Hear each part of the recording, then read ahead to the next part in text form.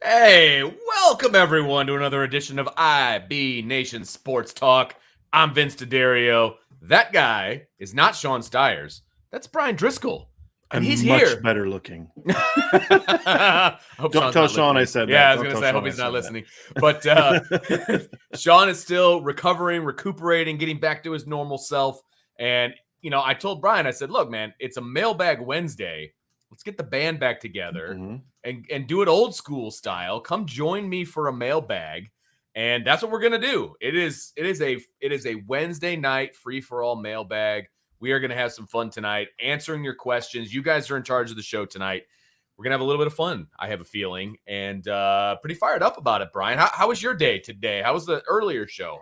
Good, I thought. You know, I wasn't super thrilled about talking about Marshall just because I just want to spend so much time talking about Notre Dame, but we did a little bit of both, so I thought it went well. We ended it in like less than 2 hours because I was like, you know, there's a lot of questions we're answering. Like, let's save some for tonight. And so hopefully those people that didn't get their questions answered today will come tonight and bring their questions in. So no, we had a good crowd, good group. It's been a busy day. You know, trying to handle 3 people's jobs this week is a little bit challenging for me. I mean, that's fair. But yeah, it's good. It's good. I'm ready to rock and roll. You and I haven't done a mailbag in a little bit. I know. So I'm pretty fired because my last mailbag, you know, during the day, you weren't on. So here we are.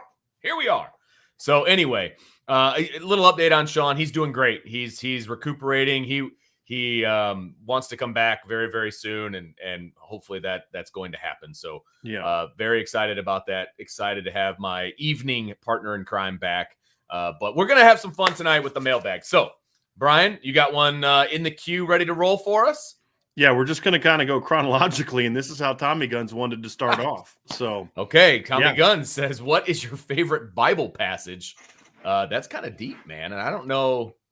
I don't personally have like a favorite Bible passage. I don't know if you do. Well, I mean, I could get like real easy with like, oh, John 3:16, you know, the implications of what that passage means obviously are important. But sure.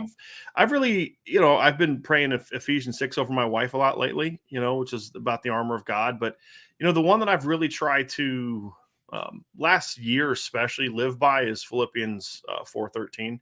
I can do all things through Christ who gives me strength. And a lot of people don't like. A lot of people have taken that to like mean like, I can do anything. I can lift up this car. And it's like, that's not really the context of the passage. The context of the passage is finding contentment in no matter what situation you're in, you know, whether, you know, at the time Paul was in prison, he was poor, he didn't have money, all these kind of things. But it's like, look, as long as I have Christ, I'm happy. You know, I'm content. I can do anything, you know, that's all I really need. And so I've been trying to focus more and more on that. And it gets harder and harder as the business. It's easy sometimes to do when times are tough. It can be a lot harder when times are actually going good, you know, because then there's not the perceived need for God in those instances when things are going well. And that's a good point. I'm trying to really focus more and more on that because it could all be gone like that. Well, and you know, a good point. You know, so I'm really trying to focus on that a lot lately. That last part is a really, really good point because in my situation, things have been going like crazy well lately, you know, both you know, professionally, personal, like everything is going so well. And it's like, you know what? I need to stop and take a second and thank the, you know, the one that made Thanks for hooking me up, God. I'll see you in a little while when things aren't going good again. I'm going to leave you alone for a while now. Right. So trying not to do that. Exactly. That's exactly right. So, you know, you hit a few home runs, you got to make sure that, you know, things are thanked the proper way. So no doubt. It's always a good reminder. Thanks, Brian, for that. And thank you, Tommy Guns, for that. Yes. I wanted to bring this up real quick from Elliot Montanez. Elliot, we will not be doing our score predictions until Friday. Right. So I can give you a little hint. Notre Dame's going to win, but I did submit mine today, but it's not going to be made public until Friday. I'm feeling pretty good. 2 weeks in a row, Brian. I've gotten my stuff in early, and I'm feeling real good about that because as the season wears on, that's usually not the case. So I was actually thinking Kristen might have been doing your stuff for you. That's why I was getting done on time. I told you, So everything's going really well for me right now. I'm telling you. But no, we're gonna have some fun predictions on Friday in our show on Friday. We're gonna not only do our Notre Dame predictions, but as I mentioned on the earlier show, we're going to do Texas, Alabama. We're going to preview that game and do predictions. We'll also have articles about it, and then we'll also do Tennessee, Pitt. We will also do, trying to think off the top of my head, Kentucky, Florida. Is another big one. And then what is the fourth game? Are we doing a fourth game this week, Vince, or is it just those three? There was four. There was four. Okay. And let me find your. I can find your picks right here because I can just pull yours up and see who you had. It's Baylor, BYU. Yes, that's the other one. Yeah. So and then on the board we have our upset pick. Yeah, exactly. So Ryan gave his earlier. We'll hold off on the rest of those until we get here this week. And I haven't figured my upset pick out yet, Vince. I've got to look actually at spreads and different things like that. But I felt really good about the Arizona one last week. We'll see. You're kind of going in that direction a little bit this week. I'm just a little hint. I mean, but yeah, I was tempted to cheat a little bit, and I believe it was the Texas Tech Houston game. Houston is ranked 25th. Texas Tech is unranked, but Texas Tech is favored because I believe it is at Texas Tech. So it would have been cheating to say Texas Tech is going to win, but it was an unranked versus a ranked. The rule is it can be an unranked team. An unranked team beats a ranked team, or it's a spread of 6 points or more. Right. So by qualified for one. Yes. By rule, it said it can be either or. It doesn't have to just be like qualified. The one I picked last week was two unranked teams. Yeah. Right. It was Arizona beating San Diego State. Right. And I think that because Pitt's ranked. So and then West Virginia, Penn State. No, Penn State, Purdue. Some people picked Penn State, Purdue last week. Sure. That's two unranked teams. But I did not know that Texas Tech is favorite. Yeah, 3-point favorite. That's interesting. That's interesting. Yeah. So I felt like cheating to me, so I went and found a different one. Like I just didn't feel good about it, so I went and found a different one. And I mean, they smacked Houston last year. So we'll see how it goes this year. Yep. See how it goes this year. So it'll be an interesting game. But yeah, we'll talk play football. Oh, and hey, just so you know, if you want to have some conversation about sort of non-Notre Dame related stuff, that's right. CFB Nation podcast. Check it out. So Bill and Bill from Sporting News. So if you're not familiar, our two hosts, we have one of our shows is the CFB All-America podcast. So with Bill Bender and Bill Troche of Sporting News. And they host a show, and they went live today. And so they did look back at this past week's games. They also talked about, previewing the top games this week, and then they did their confidence picks. And so they had some interesting stuff there. So CFB Nation podcast, you can definitely find it on Apple and Spotify for sure. You can also find it on Blue Wire if you want to find it that way. And then, of course, it's also on the YouTube channel. So definitely check. And then with the YouTube channel, we have the whole show up, and then we broke them all down into little segments. So you can definitely check that one out as well. So definitely check out our CFP Nation stuff. We're trying to get that up and going. It's been slow going so far, but we're going to keep plugging away and get that sucker going. We'll get it. It'll get there. Yeah. So that. So I just we will have our predictions, but they're just going to come out here soon, but just not today. So John Wayne's Winchester wants to know any reports on the mood of practice so far this week.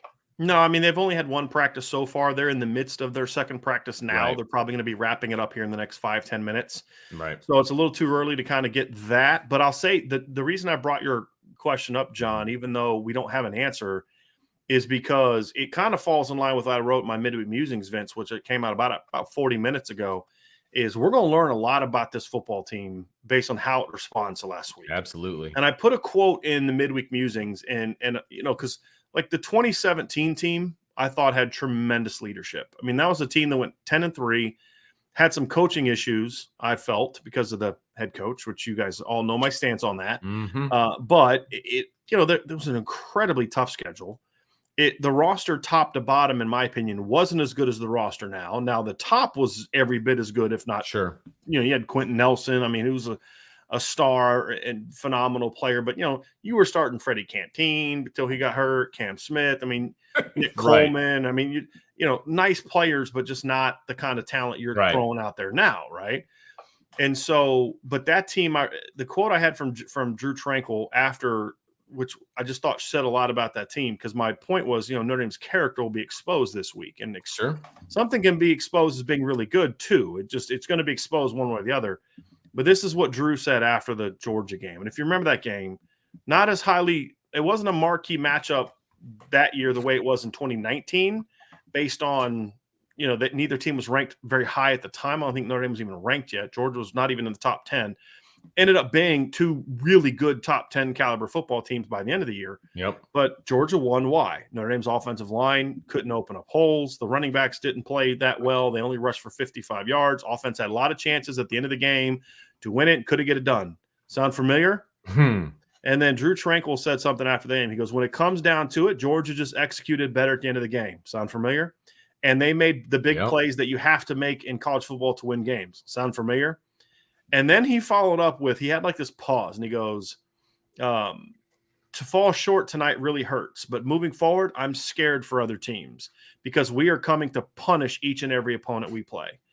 And to me, that was kind of and they did. And what I wrote was, a week later, they beat Boston College 49-20 and ran for 515 yards. Over the next they won their next 7 games. They averaged 43.4 points per game in those wins, and their average margin of victory in those wins were 24.9 points. Now, you can say, okay, well, let's get some context.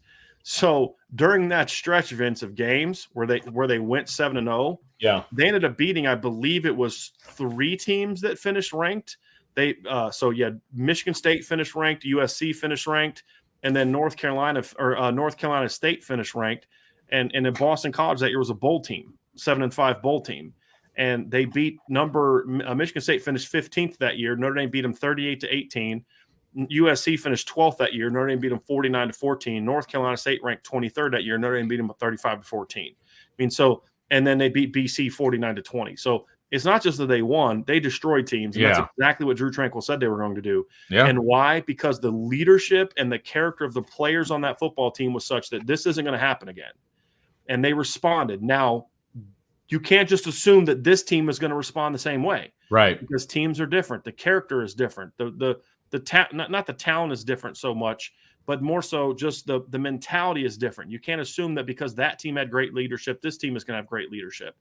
And so those are the things we're going to learn about this team. We learned a lot about that football team. They didn't have necessarily the horses or the leadership from a coaching standpoint to completely run the table. This team does. But do they have the football character and the leadership to the talents there to run the table? But are the other attributes needed there to run the table? That's what we're going to find out, and it needs to start this Saturday. If they come out and just kind of sleepwalk through this game against Marshall like they did the Toledo game last year, huge red flag. Very problematic for me. Huge red flag. I'm not going to give too much away here. When I talked about my prediction for the Notre Dame Marshall game, one of the things that I said is it always felt like in the past Notre Dame would play down to their opposition. They would win the game like they were supposed to. They would win the game. But this is the kind of game that you're supposed to win in the first half. Like it needs to be, there needs to be no doubt by halftime, and that just is what it is, in my opinion. And I get what you're saying. Yeah, and I still feel that way. I guess my thing is, Vince, I don't necessarily disagree with you. I'd like to see that, but that's not even what I'm looking for per se. I think if the things I'm looking for happen, then I think that'll be a result. Yeah. But for me, it's more about I want to see this team come out ticked off, ready to smack people in the mouth. Like if the execution's not quite there, Tyler misses by a foot, or a guy drops a ball, or a guy misses a tackle, and it just leads to maybe the game's a little bit more competitive early than it should be. And Marshall's got some good players. I mean, I know that you and I had a little bit of a different sort of an opinion on Marshall this offseason. This is not a bad football team. This is a quality football team. Sure. So it's not UMass, it's not New Mexico. My point being, for me, it's more about how they play. Yeah. I don't need them to be in midseason form execution-wise in game 2. Because remember the BC game wasn't like that either. Like they won 49-20, but it was like 14-13 at halftime. Like they had missed a couple chances. They'd ripped off a couple long runs. Sure. Like Brandon was just off on a couple throws. They had a couple just of plays here and there where you're like, man, what are you doing there? But you could see from early on they were physically ready to come and play. They just didn't necessarily execute great. And then, of course, the second half, they just overwhelmed Boston College. So for me, it's that's kind of what I want to see, where I want to see a team that's ticked off, Sure, but focused. I want to see a team that's ready to play with a chip on their shoulder. I want to see a team that didn't like the fact that they missed an opportunity on Saturday. Yeah. That, and if it meant, because the reason I say that, Vince, is because they could blow Marshall out just on talent alone and still not be that. Fair enough. So if the two go hand in hand, great.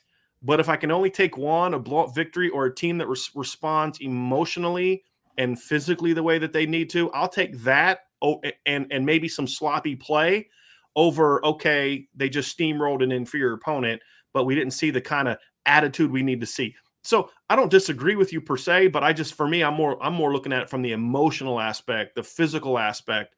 Do you guys, because here's the thing, I don't care. They don't need to get up for Marshall.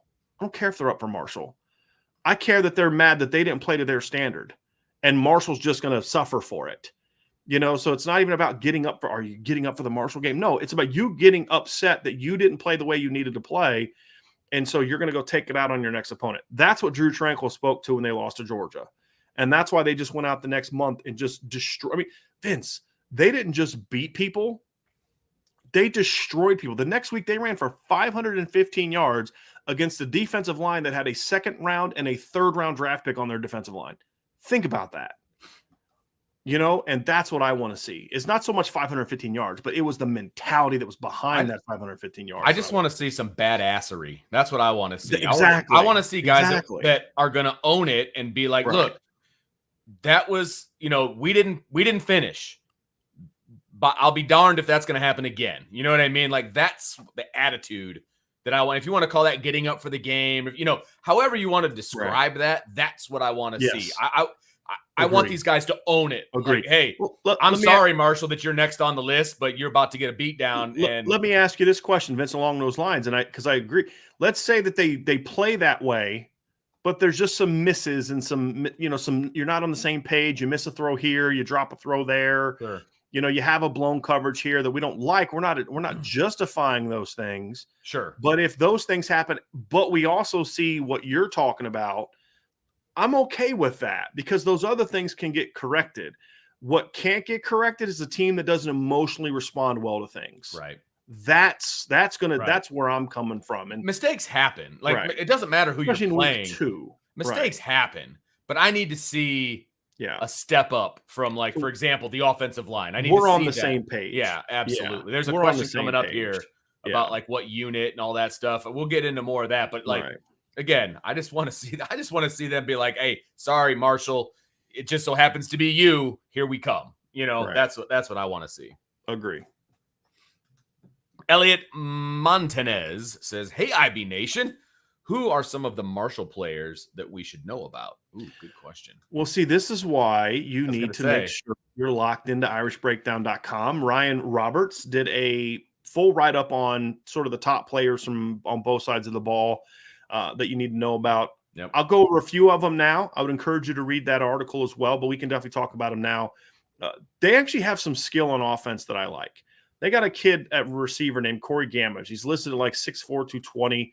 He's a big kid. He really wins with body position really well. He was a volume pass catcher last year. Wasn't really like a big yards per catch guy, but he can stretch the field. A lot of that's because they throw a lot of quick stuff. Yeah, that'll kind of bring that down a little bit. Quality athlete for that level. He wouldn't be a quality athlete necessarily at Notre Dame, but quality athlete at that level. Kind of like their version of Miles Boykin a little bit, Vince, right? Okay.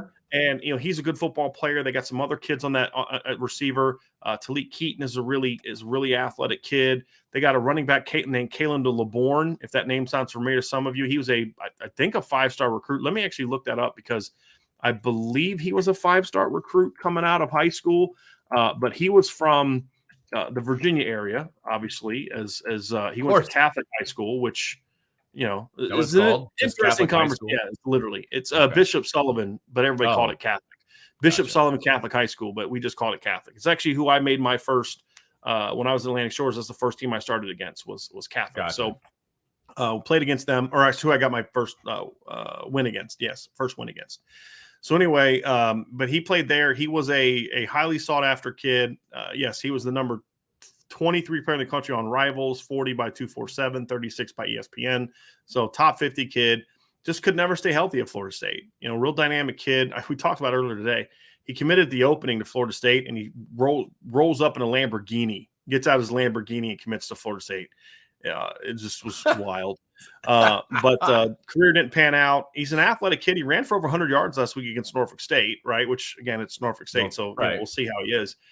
But he's when healthy, he's a pretty good athlete. What I don't know, Vince, is does he have the same explosiveness he had in high school? Sure. I didn't necessarily see that last week, but gotcha. I see a good athlete on that side of the ball.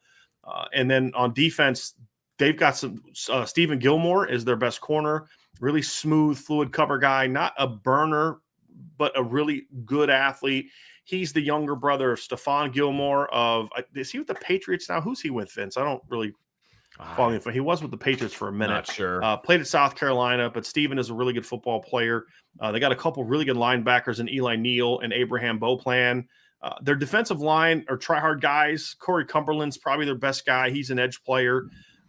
I really like their group of defenders. They're a little undersized and on the edge, but they've got good size up the middle and good size at linebacker. I mean, they're 225, 235 at linebacker. They're rangy guys. Their edge players are a little undersized, but like I said, they're not small anywhere else. And we did have a question about that too, but somebody asked about from Irish Chi-Town. He said, Bryan and Vince, top three. No, I'm sorry. That's not it. Where was it? Let's see here. There was a question about the size difference between the two teams. And I don't think there is like a huge size difference. So I don't quite see that question, Vince. I probably just looked right. Oh, here we go. From John Wayne's Winchester. Based on the talent and size differential between Notre Dame's O-line and Marshall's D-line, what are you looking for specifically to gauge improvement from the O-line from week 1 to week 2? Nothing to do with size. Right. Well, but also they're not small up the middle. No, and that's the thing is like, I mean, their nose tackle's 301. Anthony Watts is 294 pounds. He's a kid that transferred in from Purdue. So Notre Dame has faced him before. And so, to me, they're not real big. But to your point, Vince, what you're going to say, Toledo was way smaller. Oh my way smaller than than Marshall was last year. And they kicked Notre Dame's offensive line's butt. Mm-hmm. And that is because they stopped their feet. They didn't use their hands, and they didn't drive through contact. They weren't playing sound football. They had trouble picking up the twists and the stunts. Sound familiar? Yeah. That's what we saw on Saturday. Yep. So I do want to see some improvement from Notre Dame. I mean, it's about technique and finishing stuff and all of that stuff. I don't care about the size difference. That means nothing to me. Well, and it's not a big size, and that's even more to the point. There you go. Yeah. If there's not a big size, if Notre Dame pushes Marshall around on Saturday, it won't be because of size. Right. Right. It'll be because they're playing the game the way they're supposed to play. And look, and that's what I expect. Marshall is a well-coached team. They're going to watch the film against Ohio State. They're going to bring twists and stunts, and they're going to do everything that Ohio State did. Even if they're not well-coached, Vince, as long as they're not stupid, they're going to see that, and they're going to see. But the reason why, Vince, is they're going to see that's the same stuff they had trouble with last year. Exactly. And that's because that's what Toledo did to them. Right. They were twisting and stunting, and they were It's what Purdue did. It's what Wisconsin did. It's what a lot of the teams that gave Cincinnati did. It's what a lot of those teams did to Notre Dame last year. Right. Absolutely. And so yes, they will. That's what I'm going to be watching for. And their quarterback's a really accurate kid. He can be rattled though. Henry Colombi, he's a kid that came from Texas Tech. That's another name to know. But their offensive line's big too. Actually, what's funny is their offensive line's every big as Notre Dame's. They're 6'9", 314, 6'2", 311, 6'3", 300, 6'7", 325, and 6'7", 316. So I think the other matchup from a size standpoint is going to be very interesting to see, Vince, is how well does Notre Dame's undersized defense? Like the point is the gap between the two lines is bigger up the middle for Notre Dame's defensive line against Marshall's than it is for Marshall's defensive line against Notre Dame. Right. And we all know Marshall puts out quality offensive linemen. So just stop. Had to. Somebody asked on the show if I'm going to have extra security for Kane Madden's family. I was like, I don't need security. Vince does. Like, I wasn't hard on Kane Madden. Like, if his family comes, Marshall family comes out, it's like they're not coming after me. They're coming after Vince and Sean. I wasn't mean to Kane. I always blame Jeff Quinn for that. I always defended Kane Madden and be like, look, this kid would be better if he had a better coach. Well, 100%. Because the kid Notre Dame saw was not the kid that I saw in film at Marshall. Because he regressed at Notre Dame. He did. And again, I'm being mean to his game, not Kane Madden himself. You're a hater. It's okay. That's all right. Okay. Yeah. Vince has a tendency to take out on some people when he's mad at the person who made the decision to put in there, which I completely understand. I do. I get it, buddy. I get it. Quinn Kibler. What's up, man? So he got a question. Bryan and Vince are getting the Mailbag band back together. My question is simple. What's the deal with Botelho? Buried on the depth chart? Consistency? Other? That's a great question. It's a really good question. I thought the Ohio State game would be the perfect game for him to come in as an edge rusher. And he didn't see a single sniff on defense, did he? I don't know. Did he come out on special teams? I was told he played special teams, but I did not study who played special teams. Well, but I was told he did. Again, and we've talked about Botelho a lot. He's got a lot going on with himself. So it's like, does he have it all kind of pointing in the right direction? We don't really know the answer to that. And maybe he does, maybe he doesn't. But I thought it would be a great time to kind of unleash him as well. And we just didn't see it. Clearly, there's a trust issue there, whether that's because of off the field stuff or he's not quite there as an edge player yet. I mean, because again, they just started playing him on the edge in fall camp. So maybe he just wasn't quite there yet from an execution standpoint where they just trusted putting him out there. Because as we saw against Ohio State, it takes the secondary had 2 breakdowns on Saturday. And that's it. 2 breakdowns. And they both resulted in touchdowns. Yep. I mean, that's what it is against Ohio State, right? And so, that could be it, otherwise I can't explain why he didn't play at all. And there's other guys that fall into that category as well. I don't know. We were hoping to see more guys. Let's just put it that way. So, but great question, Quinn.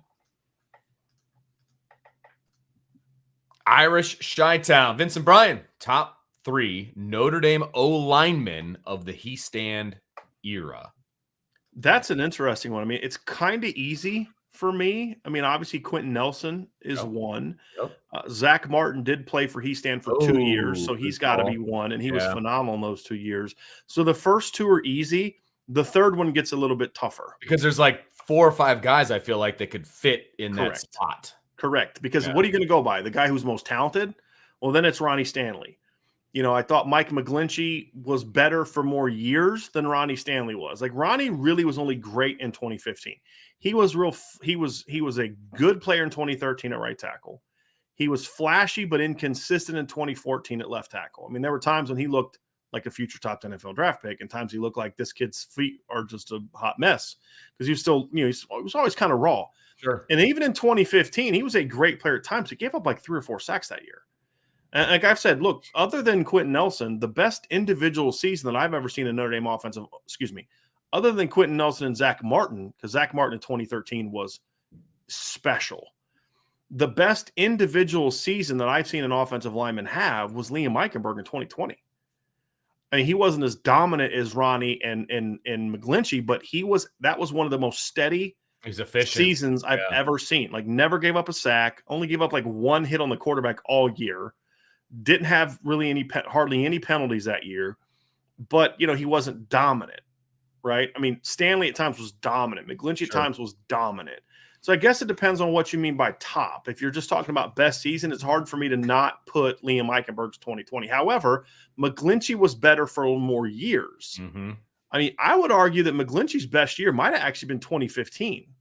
I mean, if you go back and watch him as a right tackle in 2015, Vince, on that O-line, McGlinchey was a dude in 2015, and he was pretty good in 2017 too. I mean, he was a first-team All-American, right? So it's not like he wasn't also good that year.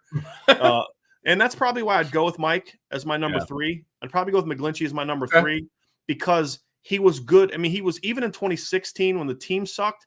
Him and Q both earned All-American honors that year, and McGlinchey was never really reason. Like, can you remember playing 2016? Like, dude, what the heck was McGlinchey doing? The left side of the line was pretty good in 2016.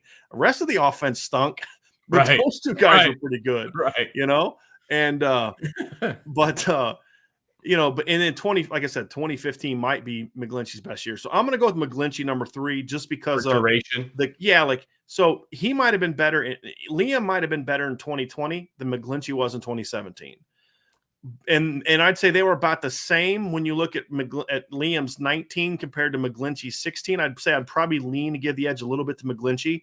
But if you look at Liam's first year as a starter in 2018 and compare that to McGlinchey's first year as a starter in 2015, it's not close. Yeah. McGlinchey was definitely better. So I would probably lean towards McGlinchey as my number 3. I mean, like Nick Martin was a high draft pick, but I thought that was more of a Harry Hiestand pick than it was necessarily Nick Martin being that good. Yeah. I thought it was like, well, I'm going to take Harry's guy more so than anything. Aaron Banks was a really talented kid, but inconsistent. And if you want to go with consistency, you have to consider talking about Robert Hainsey as well, because he was about as steady as they come, but he just never had the brilliance that you saw from like McGlinchey at times and Stanley at times. But so I'm going with those 3, and then my 4 would probably be Stanley. Now Stanley is probably the second most talented behind Quentin, but he became an even better pro after being coached by Harry and then kind of working through some of the rawness. He was even better in the pros than he was in college, where, McGlinchey and Q and Zach Martin kind of showed up like ready, like they were ready to go. Ronnie was still a pretty raw kid. Harry took him a long way, but and the other thing too is consider Ronnie didn't play a 5th year. Like if Ronnie would have come back for his 5th year, like Zach Martin did, like Eichenberg did, like McGlinchey did, he probably would have had the best individual season. I mean, he would have made that 3rd year jump and been a dude. Like, I mean, he'd have been unbelievable, Vince. With another year of Harry Hiestand. But I mean, he was starting as a rookie, I believe, in the NFL. Yeah, so, I think he got hurt, but like he made the right decision. He was the number 6 overall draft pick. He made the right decision. I'm simply saying we don't have as much data. Like he was actually started sooner than all those guys. He started as a true sophomore. Right. And so his 3 years as a starter was sophomore, junior, senior, where those other guys started as juniors, seniors, and 5th years. I'm talking about Mike and Liam. Obviously, Q and Zach Martin started as redshirt freshmen. But so I'm going with McGlinchey based on what their Notre Dame careers were. But if we'd have seen another year of Ronnie, it would have, without question, been Ronnie Stanley. Irish Chi-Town again, Brian and Vince. Who are sleeper teams after week 1? Oh, we're going college football now.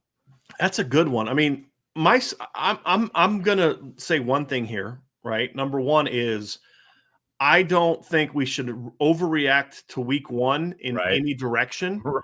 So what I'm going to do is just kind of look at some confirmation that I had about some teams. Because I feel like that's the most fair way for me to evaluate week 1.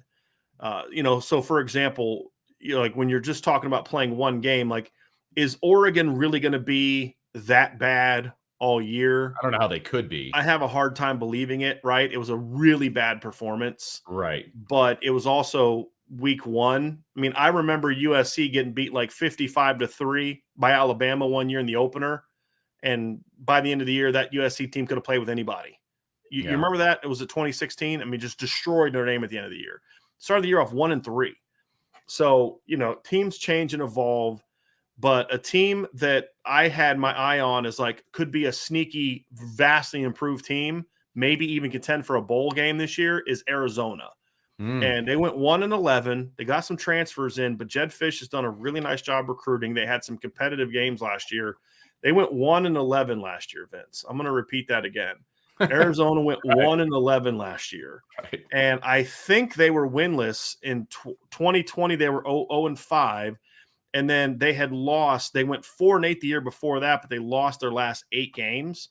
So they had lost 13 straight games going into last year and then lost their first 8 of the season. So, I mean, they're talking about a 20-some game losing streak before they finally beat Cal at the end of the year 10-3. But they lost by 8 to BYU, 2 to Northern Arizona. So bad. 5 by Washington, 7 to USC, 9 to Utah. Like, you know what I mean? So you can like see like, okay, this team's competing. Well, they've already matched their win total in week 1 with a 18-point victory over San Diego State, who won 12 games last year and beat Arizona. So Arizona's one for me, Vince, that I kind of view as a team that's a little bit of a sleeper team, not national championship sleeper. I liked what I saw from Tennessee. Tennessee was my preseason sleeper team. But like some of my other sleeper teams, Vince, like Minnesota, I couldn't tell any. They played New Mexico State. I Right. can't. They beat them 38-0. Oh, they should have. Like, I don't know if that's necessarily confirmation for me about anything at all.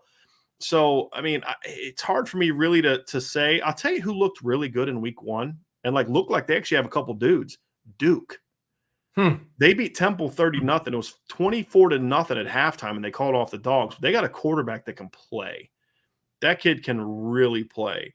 But other than that, Vince, it's just confirmation. And I said before the year I thought Florida would be better than people thought. I did predict them to beat Utah. Listen, So, I think Florida is going to be undefeated when they get to Georgia on October 29th or 28th. So you're talking almost Halloween, they could be undefeated. You picked them to lose last week. I know. So you must have been really impressed by their performance against Utah. After week 1, right? Now I'm looking at their schedule. Yeah. And I mean, who at are they going to Tennessee? At Tennessee? I don't think Florida is the number 12 team in the country. The fact that they went from unranked to 12 is preposterous to me. I think I agree. It's ridiculous. Right. I agree. The Tennessee game in their favor is at home. It's in the Swamp. No, it's at Tennessee. Excuse me. It's at Tennessee. I was thinking about the Kentucky game. But no, I think they could be undefeated. I'll be a little surprised by that. I think you're sleeping on Tennessee a little bit. Okay. That's fair. But we'll see. Okay. We'll see. Well, I mean, but that's the great thing about football, man. That's right. We're going to find out. Absolutely. Right? We're going to find out in 3 weeks. They're definitely going to win, the rest of their games. I'm sorry. I would be shocked if they lost to Kentucky. Yeah, I would. Now, here's the question, though, Vince. The interesting thing is, what do we say about teams that are under new coaches, right, and trying to turn things around? Okay, you can handle adversity. Everybody disrespected you. You stepped up and beat Utah. Okay, now you're 1-0 and you're number 12. How are you going to handle that? Yeah. Are you going to come out against a Kentucky team that's had a lot of success against you lately and just assume like, we're Florida, we're back, because they lost to Kentucky last year. I'm looking at it. They beat Kentucky in 2020, beat Kentucky barely in 2019. 2018, they lost to Kentucky by 11. So this is a team that has played them tight. In 2017, they beat Kentucky by a point. They've played some really good games in recent years. True. So are you kind of like, hey, we're Florida, we're here now? Or are you going to say, hey, guys, that's just one? You know what I mean? Like, those are things you don't know the answers to. Absolutely. And that's why I try not to jump on bandwagons. But Vince, I think what you're seeing is kind of like, okay, Vince sees what I saw before the year, which is that team didn't just lose all their players. Like, they are still a team with talent. They just weren't a very well-coached football team. Yeah. And that was the thing. It's going to be interesting for Florida because, no doubt, they've only lost to Kentucky one time in the Swamp since I've been alive. Yeah. That was recently, wasn't it? So just saying, there is that. Yeah. That was, when was that? That was, let's see here. That was 2018. Yeah. Yeah. So the win before that came in 1979, which was before I was born. So the fact that it's at home, I think bodes well for Florida. I think so. To me, it's more about how they play. You know what I mean? For sure. I want to see how they play. I mean, if they lose to Kentucky at home, that's a problem. I mean, for the reasons that you mentioned, you're supposed to win those games. But so I mean, as far as the others, it's hard to really say in week 1 because a lot of teams didn't play anybody. Miami beat Bethune-Cookman. Okay. Hilarious listening to people talk about, all the big teams and their games when they played 1AA teams. Right. I mean, did you see the plays, man? Come on. Yeah. Everybody just take a breath, Yeah. Yep. That was hard. There were some teams that, at least you're not I'd rather be 0-1 Notre Dame the way they played than 1-0 Iowa in the way that they played. My God. Vince and I were driving to Ohio during that game, and we kept looking at the score like, is that serious? You're like, is this a 5-3? Is this a typo? And then you saw that it was 7-3, and you're like, okay, they must have got it wrong earlier. Right. And it was, nope, they 2 safeties. Nope. So, their defense outscored their offense, and they won. That's just not good. Their defense outscored their offense without getting any touchdowns, and they still won.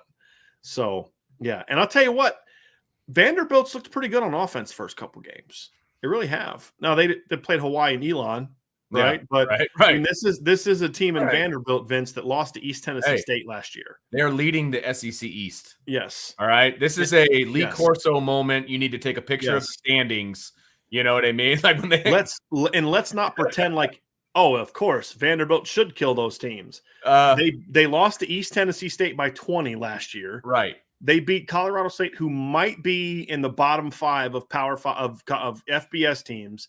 They beat them by 3. They beat UConn, who definitely is in the bottom 5 of worst FBS teams. Yes. They beat them at home by 2. And so just chalking it up to like, oh, of course they beat those teams. So beating Hawaii, the way that they beat Hawaii, was it like 63-10? Yeah. And then beating Elon 42-31 in a game where Elon scored 21 points in the second half, which I'm sure Clark Lee's not happy about, but it was like you were up 28-10. Yeah. You know, like then you were up 35-17. So like it wasn't really like competitive. It wasn't as close as the 11-point final showed. And so that's a good start to the season for them. Absolutely. Now we're going to find out here moving forward what kind of team they are, because now all of a sudden they're a trendy pick to beat Wake Forest this weekend, right? Yeah, we're gonna find out. I saw that. I was like, yeah, we're gonna find out. Ready to go down that road yet? But if they can at least compete with Florida, that's a good sign. The reality is they need to be 3-1 before they head to Alabama at the end of the month if they're going to survive. Because if not, it's going to be tough sledding. Right. Yep, it's going to be tough sledding. All right. Paul says, I know it's one game, but what grades would you give the position coaches and coordinators for the game 1 plan and player preparedness? That's a loaded question. That's like 2 shows, one for offense. Yeah.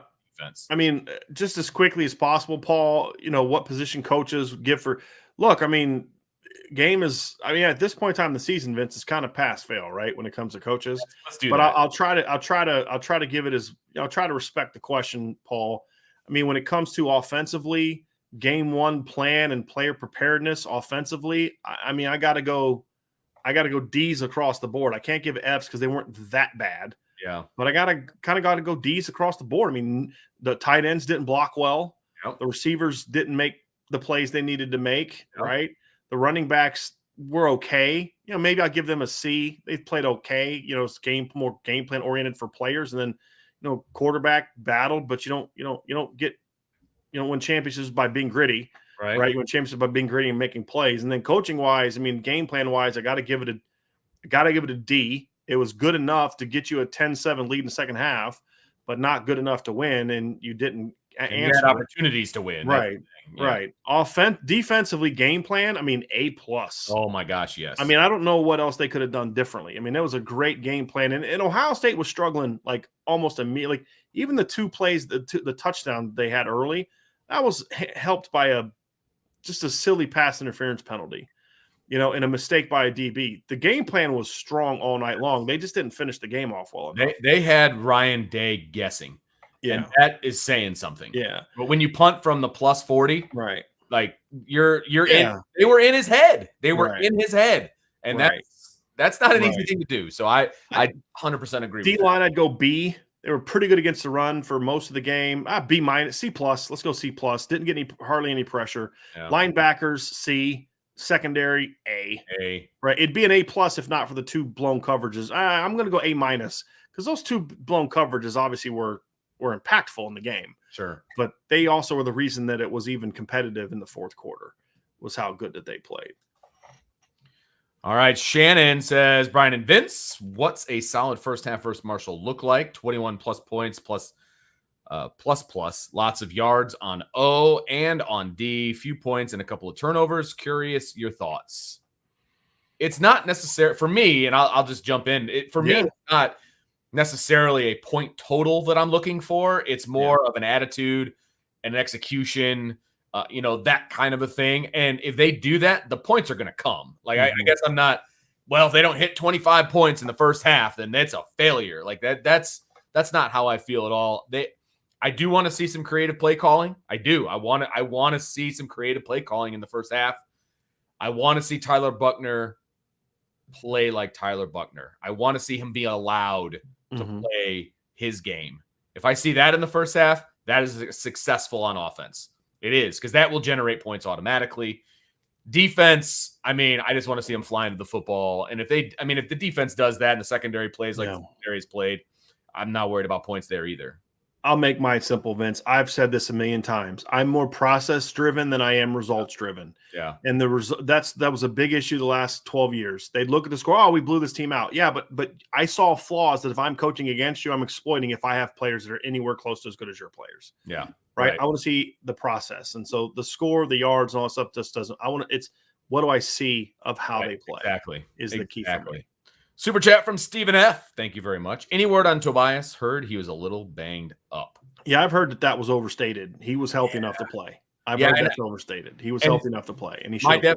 My definition of that is when the head coach says, "Well, he had a knee or a hamstring." Like those are two completely different. And he was talking about during camp. He was talking about something he had during camp. So it was. He was healthy enough to play. I agree with you 100%. Yep, he was healthy enough to play. Another super chat from Bayside Tiger 6. Late to the chat, but here's money for the kitty. The team clearly needs to finish, but where do you stand on, quote, calling off the dogs, unquote, and playing 60 minutes of your game starters or not? Oh, I'm always a believer in this. Always a believer in this. I hate when teams put their backups in and just run the ball and run the clock out. No, put the kids in the game. And how can you say your team is going to be about finishing when once you get a certain lead, we're not holding to the same standard? Right. Why are you not expecting your offense to go out there and run the offense and score touchdowns? Okay, if you don't want to run it up, then put your backups in there and expect them to do that. Give Drew Pine a chance to run the offense, right? Give the backup alignment a chance to go compete. Give the young tight ends a chance to go make plays. Don't just ask them to block 9 techniques the whole time, right? Right. You know, don't let Logan Diggs get all his carries with the backups and then just run them into stacked boxes and then be like, oh, it's 2.5 yards per carry, right? Right. I mean, run your offense, run your defense. Don't give them score. Don't play off coverage and give them scores. Let those young kids, because it's about establishing a mentality. Yep. And how can you say, kids, I need you to play for 60 minutes and then you not coach for 60 minutes? I hate that crap. And I know Bobby Bowden caught a lot of crap over the years, but he always said, look, it's not my job. It's not my job to basically stop myself, right? It's your job to stop me. Yep. I put my backups in. Those kids practice too. They deserve a chance to run the offense. It's not my fault you couldn't stop my backup team. It's not my fault. And that's the mentality I want to see, Vince. 100%. 100%. And now maybe you pull your starters a little earlier than you would if you're going to let them go run the ball. Right. But when you put those other kids in, you let them run the offense. For whatever reason, in my head, I have always been if it's a blowout at halftime, okay, if it's a blowout at halftime, my starters are getting the first series on both sides of the ball in the third quarter. If nothing's changed, then I start making changes. And it isn't even necessary. And I will also say this. It's not necessarily that I'm going with all the twos all at once.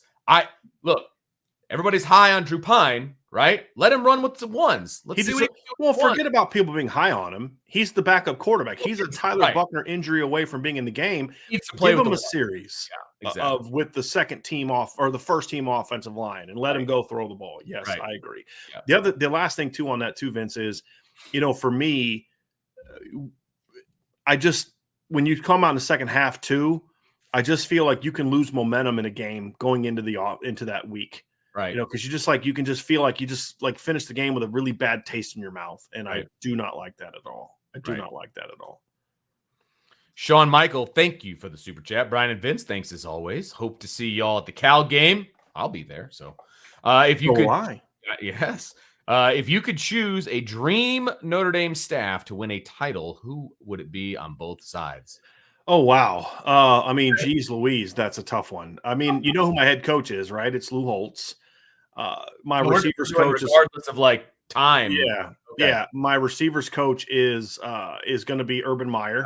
I was going to say, you better pick a receivers coach. Really good receivers. My offensive line coach is Harry Heastand, just because I wasn't quite old enough to appreciate how good Joe Moore was. I mean, I saw the byproduct of it, right? But and I'm also going to kind of try to stay with people who are alive. And I don't mean that disrespectfully at all. I'm just saying, if I could put his staff together now. My defensive coordinator, with all due respect to all the great defensive coordinators, is Barry Alvarez. There's no doubt. My defensive line coach would probably be John Palermo. Probably who'd be my D-line coach would be. I'm trying to think of who else. My secondaries coach. I'd have to think about that one. That one might be a little bit tougher. I'd probably have Chuck Martin coaching safeties. You just took that out of my mind. I was just going to say Chuck Martin, baby. Mike Mickens is probably a guy that I would probably still have on set. I think Mike Mickens is a heck of a corners coach. I really do. And I think now you're starting to see now he's getting his talent more and more into the lineup. And you kind of saw what that looked like on Saturday. Marcus Freeman talked about that in the press too. He's like, hey, he told me Sauce Gardner was a dude, so we went with him, and he's telling me that Ben Morrison and Jaden Mickey are dudes. And I mean, he's clearly got an eye for some talent. Yeah, my running backs coach probably be Tony Alford. That's my dude. Tight ends coach probably Mike Denbrock. I thought Mike Denbrock was a really good tight ends coach and a really good recruiter. And 2 stints at Notre Dame. He was also that way when he coached under, I think, Ty. He was a tight ends coach under Ty, I believe, as well. So I think that's everybody. And then my special teams coach, I'd probably bring Bill Lewis back to be my special teams coach. I know he wasn't the special teams coordinator at Notre Dame, but I think he would do a very, very good job with that. So no Brian Polian. Sorry, too easy sometimes. I'm sorry, Vince. You cut out on me. I didn't hear what you said. So we can move on to the next question. The next one. That's probably a good one. The next question. Super chat here from Milton Fan 15. Does Notre Dame make the college football playoff if they beat Ohio State? If they beat Ohio State and lose to either USC or Clemson? I think not, which is why Marcus Freeman played tight. To avoid a blowout, keeping college football playoff possible. Yeah, I don't. And then he had a follow up to Vince to that. Yeah, I did see that. In addition to my super chat, the point being, it's better to lose early in season. But if Notre Dame gets blown out week 1 and win out the season, no college football playoff. I disagree with that part because I think that there's evidence of that not being true, Vince. Right? Because if they get blown out week 1 and they go 11-1, I still think they're in the college football playoff. I do. Yeah, I mean, I've got my personal stance about being blown out, but here's the deal. When I push back against the notion of Notre Dame needing to be undefeated, what is my reasoning? It's not my feelings. It's data. It's evidence. We have seen this. Yep. So I think a lot of people tend to respond to what is said on ESPN or on whatever podcast or radio or whatever, and it's this notion of, Notre Dame's got to be undefeated. And there's no evidence of that, right? Number 2 is, you got to win your conference championship. Horse pucky, because we've seen multiple teams make the college football playoff. The best example is Ohio State in 2016. They lost the head-to-head to Penn State, and Penn State won the conference championship, and yet Ohio State was the Big Ten's rep in the college football playoff because the body of work was better. Right. Alabama in 2017 did not make the SEC championship. Do you remember why they didn't make the SEC championship, Vince? Do you remember the reasons why they didn't make the SEC championship that season? They had a couple losses, didn't they? No, they had one. They had one loss in 2017. It was the last game of the year. They lost to Auburn, the last game of the year. That's right. And so they still went and made the college football playoff and won it. In 2016, Clemson lost at home to number 22 Pitt at home on November 12th and still made the college football playoff and won a national championship. So again, there's no evidence that is true. What I have found to be good about the committee is that they tend to try to look at it as a holistic ranking. Yeah. They do a much better job of that than the AP and the coaches poll, which is very reactionary. Oh, absolutely. Now, there's always a level of reaction to it because you have new data. This team won, this team lost. Sure. It changes things. I'm reacting to it, but there's a difference between reacting to something and being reactionary, because being reactionary tends to kind of take things into an extreme, right? So that's kind of how I look at it. Is I think the committee has done a good job, but if I'm going to have we're now 7 years in, right? 14, 15, 16, 17, 18, 19, 20, 21, 8 years in. We have 8 college football playoffs. We have data to back this stuff up. And so it's easy for me to look at and say, of all the teams that have lost a game to get in, some of them have lost late, some of them have lost early. Heck, in 2017, Clemson lost in October to Syracuse, who was 4-8. Terrible and team. They still got in. And not only did they get in, they were the 1 seed. Yeah. Right? So there's just no data. I think that's all kind of some of the paranoia that ESPN tries to promote about, who's going to get in or who's not going to get in and those things like that. The reason Ohio State didn't get in 2018 wasn't when they lost. It was how they lost and who they lost to. Where when Clemson lost to Pitt, it was a 1-point game, and the loss to Syracuse is a 4-point game. And you could say, hey, look, their starting quarterback got knocked out, right? Ohio State goes on the road against Purdue in 2018 and got obliterated for no reason at all. There was no justification for why they lost 49-20 to Purdue. That's why they got left out. And the Big Ten wasn't very good that year. So there's no evidence that it's about when you lose. It's about the holistic look of it. If Notre Dame is the 1 seed, for example, and they lose, let's just say Notre Dame's the 2 seed or 1 or 2 seed, and they're undefeated. And at the end of the year, they lose a barn burner to USC. That doesn't knock Notre Dame out of the college football playoff unless the other teams in contention are all undefeated. You know what I mean, Vince? So there's just no evidence that that's going to be the case. We saw Georgia last year lost when? The conference championship game. They still got in. And they won it all. And so I'm an evidence guy. I'm a data guy, and I need to see it. And a lot of the opinions I have about things, you may not agree with me, but I at least have a reason that I can point to make the argument. It's because this is what I see. And to me, Milton fan, it's a great question. There's just no data that supports the notion that when Notre Dame loses is the end all be all. It's still about the overall resume. And back to the original question, Vince, the original question was, it's always better to beat Ohio State. Always. Because if you beat Ohio State, I think Ohio State's going to finish the year ranked higher than Clemson. And it's a road game. Agreed. And so overall on your resume, it's going to look better to me. Now, I think that at the end of the day, when we're talking Clemson, Ohio State, it doesn't matter. As long as Clemson's as good as you hope they are, you're still going to have that great win. Absolutely. And so your resume is still going to look great at the end of the year if you win out. But my point is I said this earlier in the week. What did I say before the game? The loser of that game is going to run the table and going to make the college football playoff. I've said that, and I still believe that. So, but of course, now you got to win all your games. Yeah. Joe Popati, thank you for the super chat. Really appreciate it. While I totally agree there are no moral victories, previous Brian Kelly run teams lose the Ohio State game by 20. At least. I need improvement big time on the O, but I like where we are. 37-17 Irish this week. That's a very fair point, Vince. Yeah. No, absolutely. You can say the same thing about the Fiesta Bowl. Yeah. Yep. I mean, look, Brian Kelly has not shown the ability to be in those games, especially on the road. I mean, we just haven't seen that often. You know, and the only teams we have seen it often against are teams that don't have great offenses like Georgia. Right. So that's been more of the but thank you for the super chat, Joe. Yes, I appreciate that very, very, very much. Super chat from Stephen F. Thank you very much. How surprised are you guys seeing Morrison and Mickey? Stephen, I mean this with all due respect. Have you ever listened to this show? I'll say this. I'm joking, obviously. Morrison, I was a little surprised how much he played in the opener. Okay. I was. Mickey, not at all.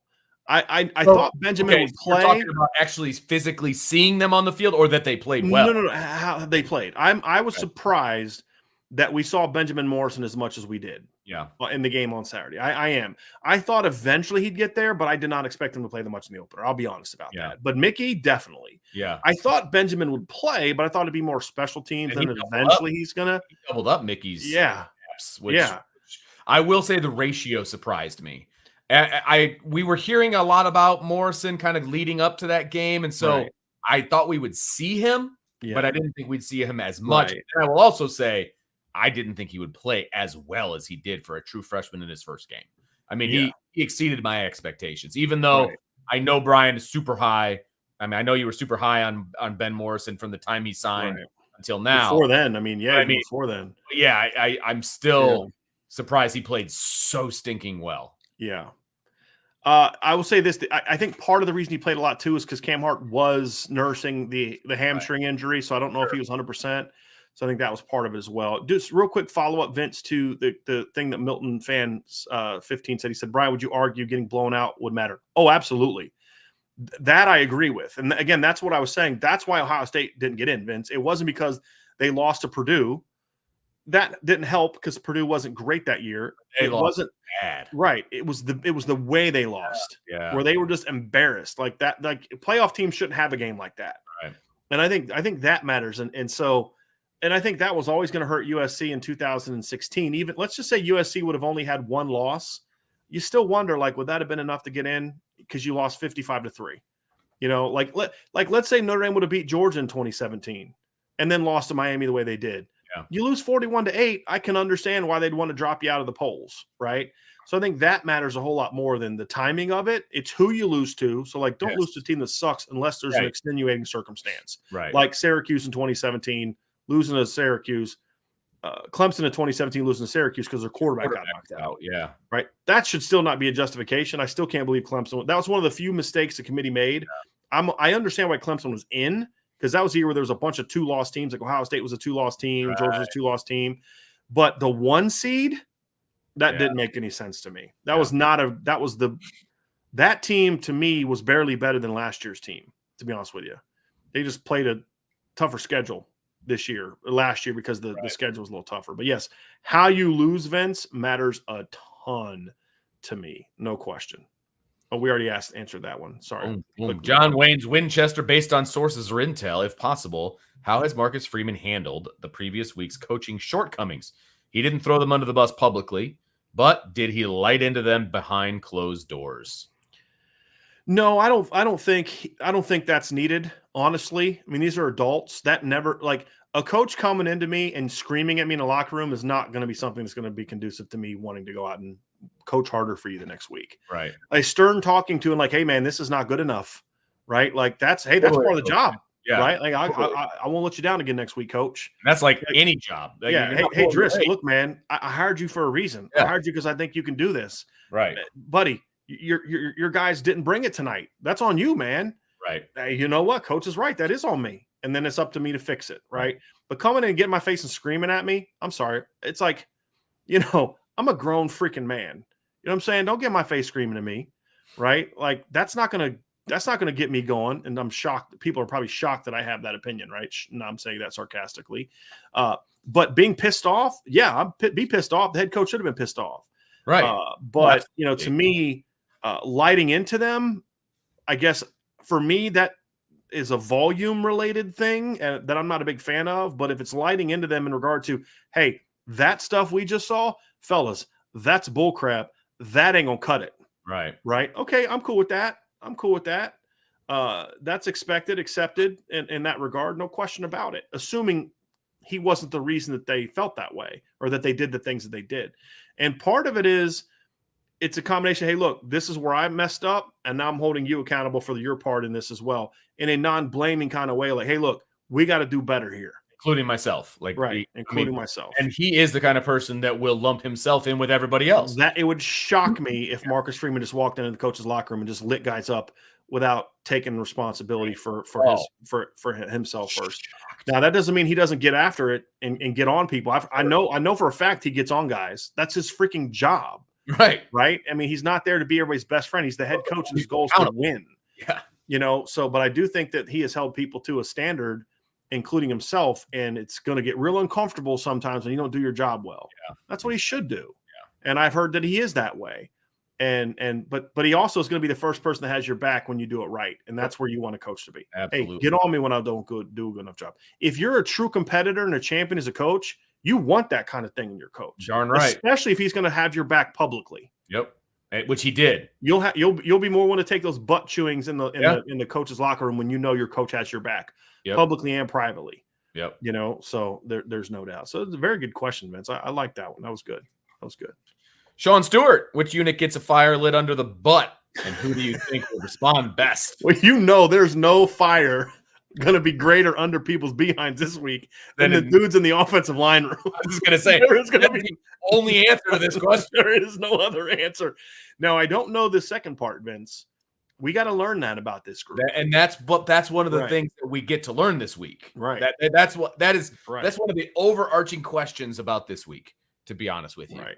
I mean, look, Harry Heastand lit in to the guy that works for us. Okay. He's going to light in to those guys too.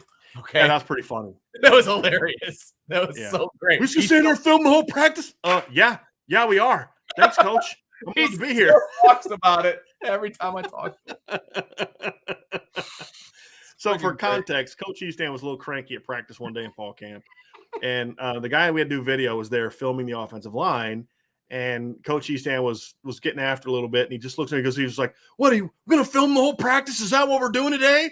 And Chris rightfully kind of said, put your camera down and just go film another section. He came back 5 minutes later. It's the right thing to do here. You don't need to antagonize him.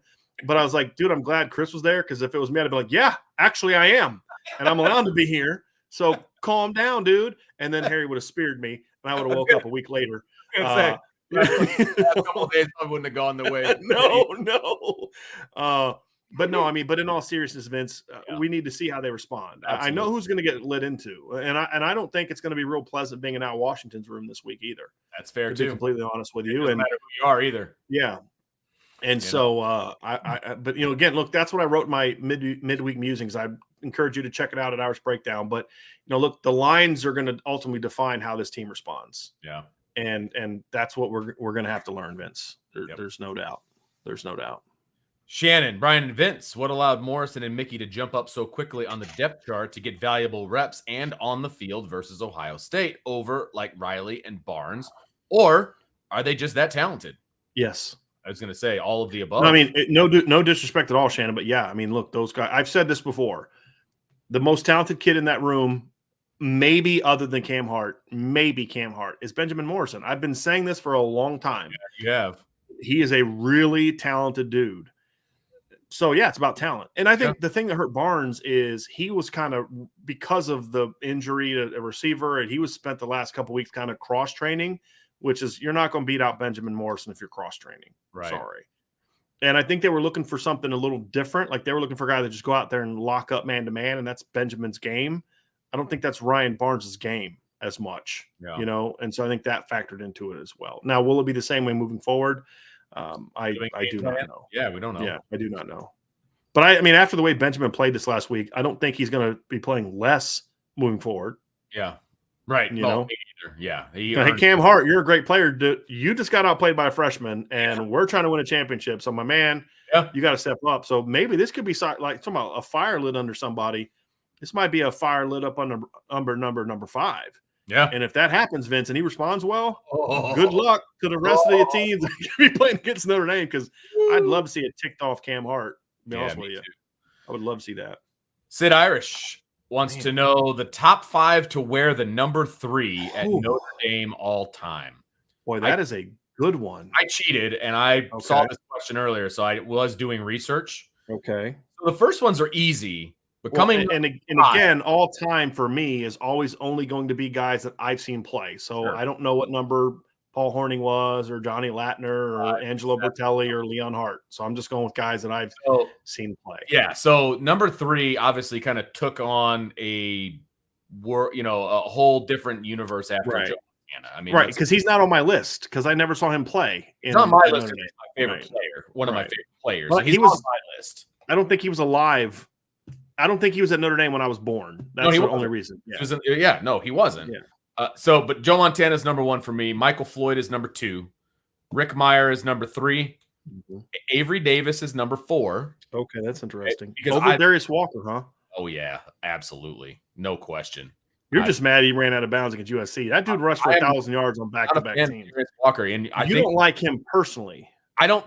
You know what I don't like? I think he left too early, and it pissed me off. Sure, but I mean, would you have wanted to run behind that 2007 offensive line? I sure wouldn't have. Well, he didn't do much running in the NFL either, so. Yeah, but he would have been. But he can still walk. Stop it! Stop it! Did you see that team? They were terrible. That was the worst offensive line. I don't care. He's not making my list. Dang it! I like Avery Davis for all the off the field reasons. Okay, and I'll be the first one to admit it. Sure, he is a phenomenal young man. He is the ultimate team guy. Yes, he makes my list because of that. So yes, I will. That I understand. Because you know what I mean. Sure, I get that. So I get that. He makes my list, and then I know this one is going to make you laugh, and you're probably going to tell me that I'm crazy, and that's totally fair by you. Early on in my career of following Notre Dame, I know where you're going. One of the things I had to do is I had to interview old timers. Oh, okay. Interesting. You're not going where I thought you were going to go. And one of my favorite interviews, believe it or not, and I'm going to butcher his last name, was Ralph Guglielmi. Okay. Who isn't he played in that? He played in the 50s. He's a quarterback. Yeah. Pretty sure he won a Heisman Trophy. Or he was very, very good either way. But he didn't win a Heisman, but yes, he's one of my favorite. Isn't that who the Goog is named after? I don't think it's okay. Well, maybe that would. I'm gonna find out. Maybe. I don't know. Maybe. But anyway, he was one of my favorite interviews of all time, and he happened to wear number 3, and so I put him as number 5 on my list. So, because I didn't really have it's not him. It's somebody else. A guy named Don. Okay. Yes, and it's not the same last name. I didn't think it was, but either way. So that's my list. It's interesting. It's an interesting list. Amped enough for you to put your list together. Yeah, I hope so. I'm like just trying to remember like who the number 3s were on past teams, you know. But so obviously Rick Miers won for me. I always felt Rick Miers was very underappreciated during his time in Notre Dame because the expectation was that he was supposed to win a championship, and I always kind of felt like he was kind of playing in a system that wasn't necessarily conducive to his talent level. You know what I mean? So I can't really fault him too much for that, but he's definitely on my list. Michael Floyd is probably the best number 3 I've ever seen. Sure. To be completely honest with you, he was a pretty tremendous player. I mean, just wow, he was incredibly talented. Obviously at Notre Dame, highly productive, big time recruit, all those type of things. Darius Walker is on my list because the guy was a pretty good player on 2 really good football teams that I enjoyed watching play. Back-to-back 1,000-yard rusher. Yeah, he should have come back for senior year, but I mean, he made a business decision, and I get it, right? Maybe it wasn't even a business. He did a decision like I would like to walk when I am, 20, 30 years old. I'm not going to know if I can guarantee that playing behind that offensive line. So another one for me, and this might actually kind of start boiling down to more favorites, Vince, than anything else, is Arnez Battle. I was a big Arnez Battle fan. And so that's definitely one for me that I would go to. And of course, Arnez wore number 3 because, of the quarterback aspect of it. But those are probably the 3s that I would go with in my tenure. Avery Davis is a great kid, but I mean, he just wasn't the player that Arnez and Darius Walker and those guys were, in my opinion. Yep. That might have changed if he would have been able to play this year. Yes. Definitely might have been able to change if he would have been able to play this year, but just I can't quite go there. And I feel like I'm missing someone on D. I feel like there was a defensive player that wore number 3, and I just can't remember who it was, but it might have been 13 that I'm thinking of. So, yeah. Doug Ross, Bryan and Vince. It doesn't feel like Notre Dame was creative enough with Mayer. Only thing that sticks out is the tunnel screen on the goal line. In what ways would you like to see Notre Dame expand on this? Well, I just think it's a lot of movement, Vince, for me. I want to see him moving around. Look, I mean, I want to see – here's the biggest thing for me. Let him run vertically. Right. For the love of all things holy, run him past 10 yards more than once a game. Please, for the love of God, do that. That's the biggest thing for me because teams are just sitting on him. They're bracketing him because they know he's not going to run vertical. That's what Ohio State did, by the way. I mean, they sat on Michael Mayer. The other thing you do is it's not getting creative with Michael Mayer. It's using your wide receivers. You've got to use your wide receivers if you want to get Michael Mayer open. Right. Plain and simple. Because if they're going to go zero coverage on your wide receivers, then Michael Mayer is going to be double covered all day long. So you have to be able to hit your wide receivers if you want to get Michael Mayer open. Right. I just have to pull this up real quick. This is really funny. Beefeater said, my daughter wants to know if it's true that BK's autobiography is going to be in the form of a coloring book or color by numbers book. Okay, that's really some serious pettiness right there. But we all know that when Brian Kelly writes his autobiography, it's going to be like this thick. Oh. Because he loves him some him. He'll be. There will be like a ghostwriter. He'll write it all by himself. Oh, no. He'll have a ghostwriter because that would require him to do work to do by himself. But it's going to be very very thick. And that's what I'm saying about Brian Kelly tonight. But yes, I just thought that was hilarious. That's great. Okay. Jeff Madeline says, I do think the offense will eventually turn it around this season, but if they sputter all year, do you think Freeman would have the cojones to make a change? Oh, yes. I absolutely. Oh, it's not about cojones. I mean, it's just like that's what you got to do. Right. I mean, yes, I don't expect it to happen. Right. But yes, I think he would make a change if that were to happen. Right. Yes. And when I say sputter, I mean, like you're averaging like 27 points a game and you're just, it's going to be really bad. Right. But, yeah, I agree with you. Yeah. I think he would. I just don't expect it to happen, Vince. I don't either. Joe Papati, thank you very much for another super chat. Listening to the Marcus Freeman presser, I read between the lines that there were some sideline communication issues to be expected. How do you clean it up? He basically said he didn't flip over from one side to the other in a timely fashion, basically. And that's on him. And it is to be expected because he's not used to talking to both sides of the ball. So I will say that is expected. And you just clean it up by being better. I mean, you have to be able to be concise with your words when you're talking to the defense, when the offense is on the field, if you want to know what the offense is up to. I mean, he's got to know what he wants, and he's got to be able to get there a little bit faster. Absolutely, you can clean it up, but it takes experience. The first time you put on a headset when you can flip back and forth, you'll get caught up, man. And when you're the defensive coordinator, getting caught up on the defensive side, I kind of anticipated that, if I'm being honest. So, absolutely expected. I just want to follow up with this, Vince. Jeffrey said, and Jeffrey, you're 100% incorrect here. Jeffrey could not be more wrong. And when the Brian Kelly biography doesn't sell well, he'll blame it on the publisher. Vince, you know what he's going to blame that on. Brian Polian? Nope. You're close. You got half of it right. Blame you? You'll blame it on me. And he might be right. He might be right. You're not allowed to firebomb bookstores because they carry his book. All right. All right. Quinn says, what would you guys say the stretch of games from Marshall to BYU is a natural stepping stone of getting an opponent that is better each week? Yeah, I'd say that's accurate. I think that's a good one, Vince. I think Cal's going to be a little bit better than Marshall. I think that North Carolina is going to be a little bit more dangerous than Cal. I don't know, better maybe, but dangerous for sure. More dangerous offensively. Because they can score. I'm always more worried about the team that can score. Absolutely. Notre Dame could score 10 points on Cal, just like they did Ohio State, and still win. Yeah. Right? Right. I mean, if we're being honest.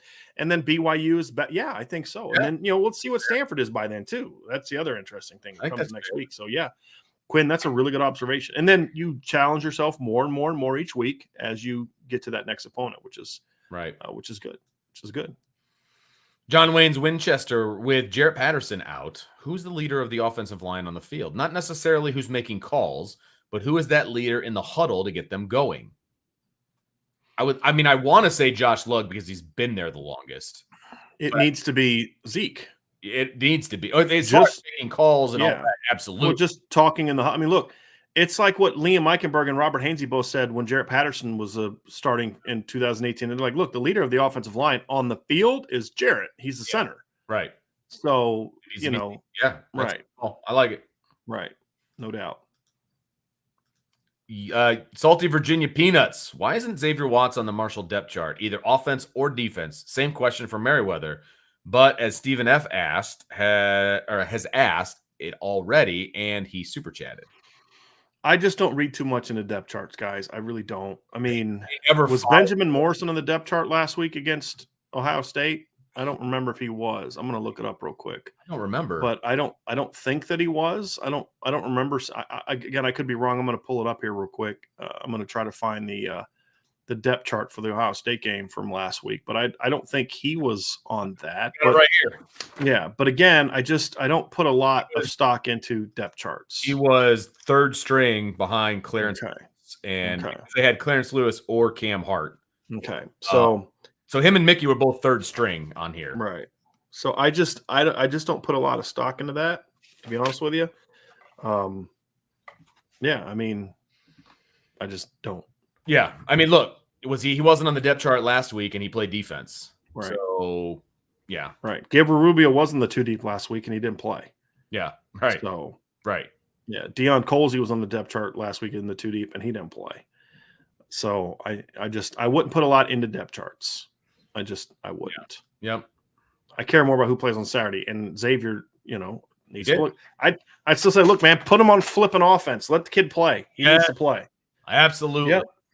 I was disappointed about that. Anyway, TJ Fallon. If the D-line plays the way they are supposed to and the DBs keep playing great, does Notre Dame have a top 5 defense in college football? Boy, yes. If the defensive backs play the way that they did on Saturday and just clean up a couple little things and the D-line plays the way it's supposed to, yeah, this is going to be one of the 5 to 8 best defenses in college football, sure. Yeah. There's no doubt. I mean, Clemson will be there. I think Bama's got a chance. I mean, yeah, they got a shot to be there. And I'll tell you what, Ohio State's defense, I don't know if they got a chance to be that good, But if they keep playing like they did on Saturday, they're gonna have a big jump statistically this year. But I wonder if part of it's just how Notre Dame played, to be honest with you, Vince. I'm still very curious about that. Yeah. Milton Fan 15, Vincent Bryan, are you surprised that there were not any running back wide receiver screens against Ohio State? Do you suspect that they will plan to incorporate them moving forward? A little bit. Yeah, a little bit. I mean, I hope so. I mean, I'm a big fan of the screen game. I think part of the reason Ohio State's not necessarily the team that you can screen the best because they can run, and that's a good thing that they do is they can run pretty well, but you got to be able to dial up a couple things like that for sure. So I would have done that, even if it's like fake those jets and reverses, then to kind of a throwback screen to a back the other way or something. Yep. Yeah, I thought so, just to mess with your eye discipline and stuff like that. And maybe you catch them on a fire or a blitz or something, and Ohio State was years back. I mean, they were coming after it. So yeah, I think a screen here and there, some kind of like inside screen where Ohio State's bringing their inside backers, and you throw like a little tunnel behind them, something like that. I'd have gone for that. Now, keep in mind, too, they did run some. So, like the play to Chris Tyree where he catches a little slide route and Michael Mayer, those are screens because they're blocking downfield on those plays. So, those are also screens. They just didn't get them didn't run traditional screens in the game. WJS, is it better for Patterson to sit one more game and find out what we have at guard? If he sits, it has nothing to do with finding out what you have. It's because he's still injured. I mean, that's not why I'm making a decision as to whether Jaret Patterson plays or not. If he's ready to play, he's going to play. If he's not ready to play, he's not going to play. He'll be ready to play. I think he'll be ready to play this week, Vince. I'm going to somewhat take a different stance on that because to me, against Marshall, there's no way he's going to go from not being able to play in the biggest game of the year to fully healthy a week later. It's not going to happen. I honestly, personally would give him another week, and because I need to learn a little something about those other linemen, right? And don't rely on Jaret be there to save you because we can't guarantee Jaret's going to be there in a month. I mean, he's had some trouble staying healthy during his career at times. So I would rest him again because if the more I can do to get Jaret Patterson back to full health, the better. Sure. I don't want Jaret nursing an injury all year. I want to get him as close to being as full go as I can. If that means sitting him for another game, then I'm sitting him for another game. If you can't beat Marshall without Jaret Patterson, Cal without Jaret Patterson. So like the Cal game will give him a chance to kind of get back up to speed before Carolina. Then you got to bye, and then it's BYU. So just me, I understand where you're coming from, Vince. I get it, but I want that kid healthy. That's the big thing for me. If he's 100%, he plays. Yeah. If he's not, he doesn't. Well, that's right. 100%, sure. Yeah, if he's 100%. Right. I'm not making that decision saying, hey, you know what, Jaret, I know you're 100%. No, but that's not what I'm saying is like, I don't think it's possible that he's going to go from not playing against Ohio State to 100%. That's my point. He'll be healthy enough to play. Right. But I don't want him to be healthy enough to play. I want to try to get him fully healthy and then let him play because you're going to need – look, here's the reality. You're going to need Jaret Patterson in October, November, and in the postseason. No doubt about it. I'm not risking him against – and honestly, Oregon's Cal, to be honest with you. Like if they want to sit him for the next 2 games, if he's not 100%, okay, cool. I want Jaret Patterson to be healthy.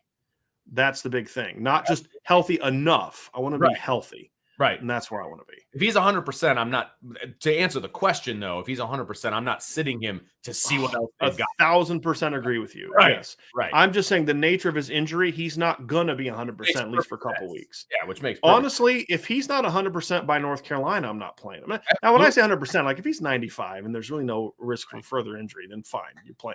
You get the point that I'm making, right? But I don't want him to have to grit through performances. If you can't beat the next 3 teams on your schedule without Jaret Patterson, you got way bigger problems than not having Jaret Patterson, in my opinion. Like flipping Appalachian State just hung 61 up on North Carolina. Right. Okay, like if you can't score on them without Jaret Patterson, you got way bigger problems than Jaret Patterson. Absolutely. Bill Walsh wants to know, will the Notre Dame running backs combine for 250 plus all-purpose yards? That's a lot of yards. Just come running back. I hope so. Well, all-purpose yards also include kick returns, right? Well, then the kick return game was pretty crappy last time we saw him out. Good call. Good call. Honestly, I hope the answer is no, unless they're just shredding them. Because I want to see them. It's like what we talked about on the show today, Vince. I don't want to see them just bully Marshall for 4 quarters. That doesn't show me anything. It just tells me you have better players than Marshall. Shocker. Right. You know, I'd like to see them throw the ball out right. the perimeter some. Yep. So. Yep. Nick Lane, who do you see in Tyler Buchner as a comparison? I mean, I've been asked this a bunch, Nick, and I don't really have a good comparison. The best one that I've been able to, I mean, people have said Johnny Manziel. I get it to a degree. I've always kind of found Kyler Murray the closest comparison, although Tyler's not as good as Kyler Murray was, but I think that's the closest comparison to me, in that I think Tyler can be a pocket passer, but he can also be a dynamic runner. He's not a dual threat per se. Yeah. It doesn't have to be a dual threat per se. That's probably the closest that I can come up with. Just stylistically, again, I'm not saying he's going to be the number 1 draft pick. I'm just saying stylistically, I think that's a more fair comparison than Johnny Manziel. It's the closest one I can come up with, because in that offense, Tyler Buchner could have run for 1,000 yards to Oklahoma, the way that they run their offense. There's no doubt about it. But I also think he can sit in the pocket and pick teams apart. So, yeah. Yep, that's where I'm at, Vince. Agreed. So let's get to the next one. Yep. Timeout Tom says, even if Notre Dame is way ahead of Notre Dame at halftime, even if Notre Dame is way ahead on Saturday at halftime, do you think Buchner and the starters should play through 3 quarters? Depends on how far away ahead they are. And how they're playing. If they're playing like mistake free, I mean, okay. Yeah. So many variables to me. I lean towards yes. I do want to see them play, but I would start to mix in some guys, right? Like I would mix in the first team with Merriweather and Raridan, or Merriweather and Stace, or Xavier Watts is one of my, you know what I mean? Like I'd get Deion Cole. So I'd start to, even at the beginning of third quarter, I'd start mixing in some of the younger guys who didn't play a ton. Like, hey, I really want to get, first thing I would take, if Jarrett Patterson plays Saturday and they're up 31 to 7 at halftime, you're done. You know, like you're out, you're done. There might be a couple guys like that. I may take Josh Lugg out and let me see Rocco and whoever else. That's kind of where I would be. Absolutely. So, yeah, absolutely. So yeah, I would play him. I'd play him into the third, Vince, like you had said, into the third. Mm-hmm. But yeah, I mean, I just, if they're like clicking and Tyler's like 15 of 17 for 280 yards, no, I don't need to see him much more deep in the third quarter. But if they're just bullying Marshall, but they're still not really clicking, then I would want to see a little bit more. So, yep. Zach Martin, I know Notre Dame on some level just needs to get Tobias on the field, but given the current depth chart, where do you think he best fits? X, Y, X. Apparently we get to choose X twice. Yeah. And still have the most success. I think ultimately he's an X, but I think he could be equally good at both positions. I think he's a field guy is where I like him most, but I think the way that Notre Dame runs their offense, I could see him being really good in the boundary. I think he can play both. But I'm a believer, Vince, as you know, I don't like just leaving guys in one spot for the most part. I want to move guys around. Yeah. And there may be some weeks where I mix it up. I just want to see him on the field. Is that too much to ask at this point? I just want to see him on the field. I put him in the slot, put him at tight end. I don't care. Get him on the field and throw him the ball. Agree. Ladarius, Bryan, and Vince. Y'all see Vandy being 3-0 this weekend against Wake Forest? I don't. No. I think Wake Forest is better if Sam Hartman is back to being Sam Hartman. Yeah. Which, Vince, you and I will have an interesting conversation about what they announced his issue was. Yeah, we're going to have a talk about that. Okay. You and I. Okay. But not going to have it here because it's going to cause some people's heads to explode. So, no, I don't, Ladarius. I don't. I think Wake will win that one. DMND. If Hartman plays. Yes, absolutely. DMND13. Bryan, who's your favorite IB member to do a show with, and why is it definitely Vince for mailbag shows? Sure. On Wednesday nights at 6 o'clock, he's my favorite guy to do them with. I like doing shows with all the guys. I love doing shows with Sean Davis. I love doing shows with Ryan. I have not done a full show with Sean Stires yet, only segments. So that'll hopefully be able to do that once. But no, I mean, Vince is the OG though, right? That's right.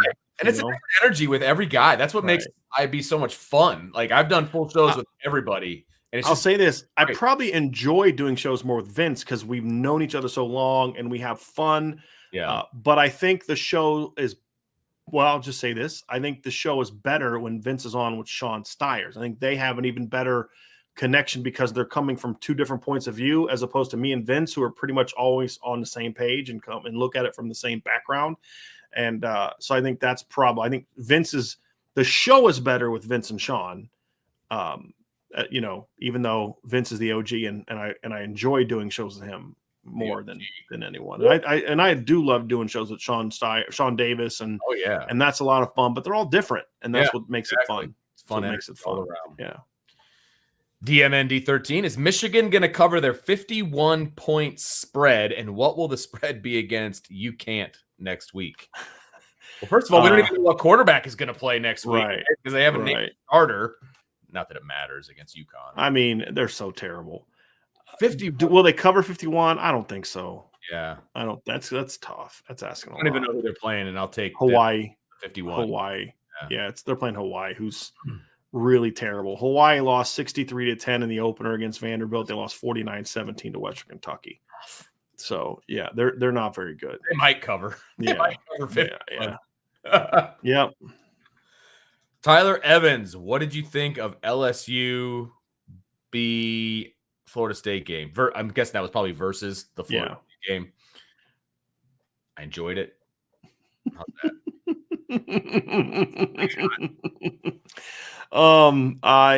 It's what I expected a Brian Kelly team to look like in a big game. Yeah, right?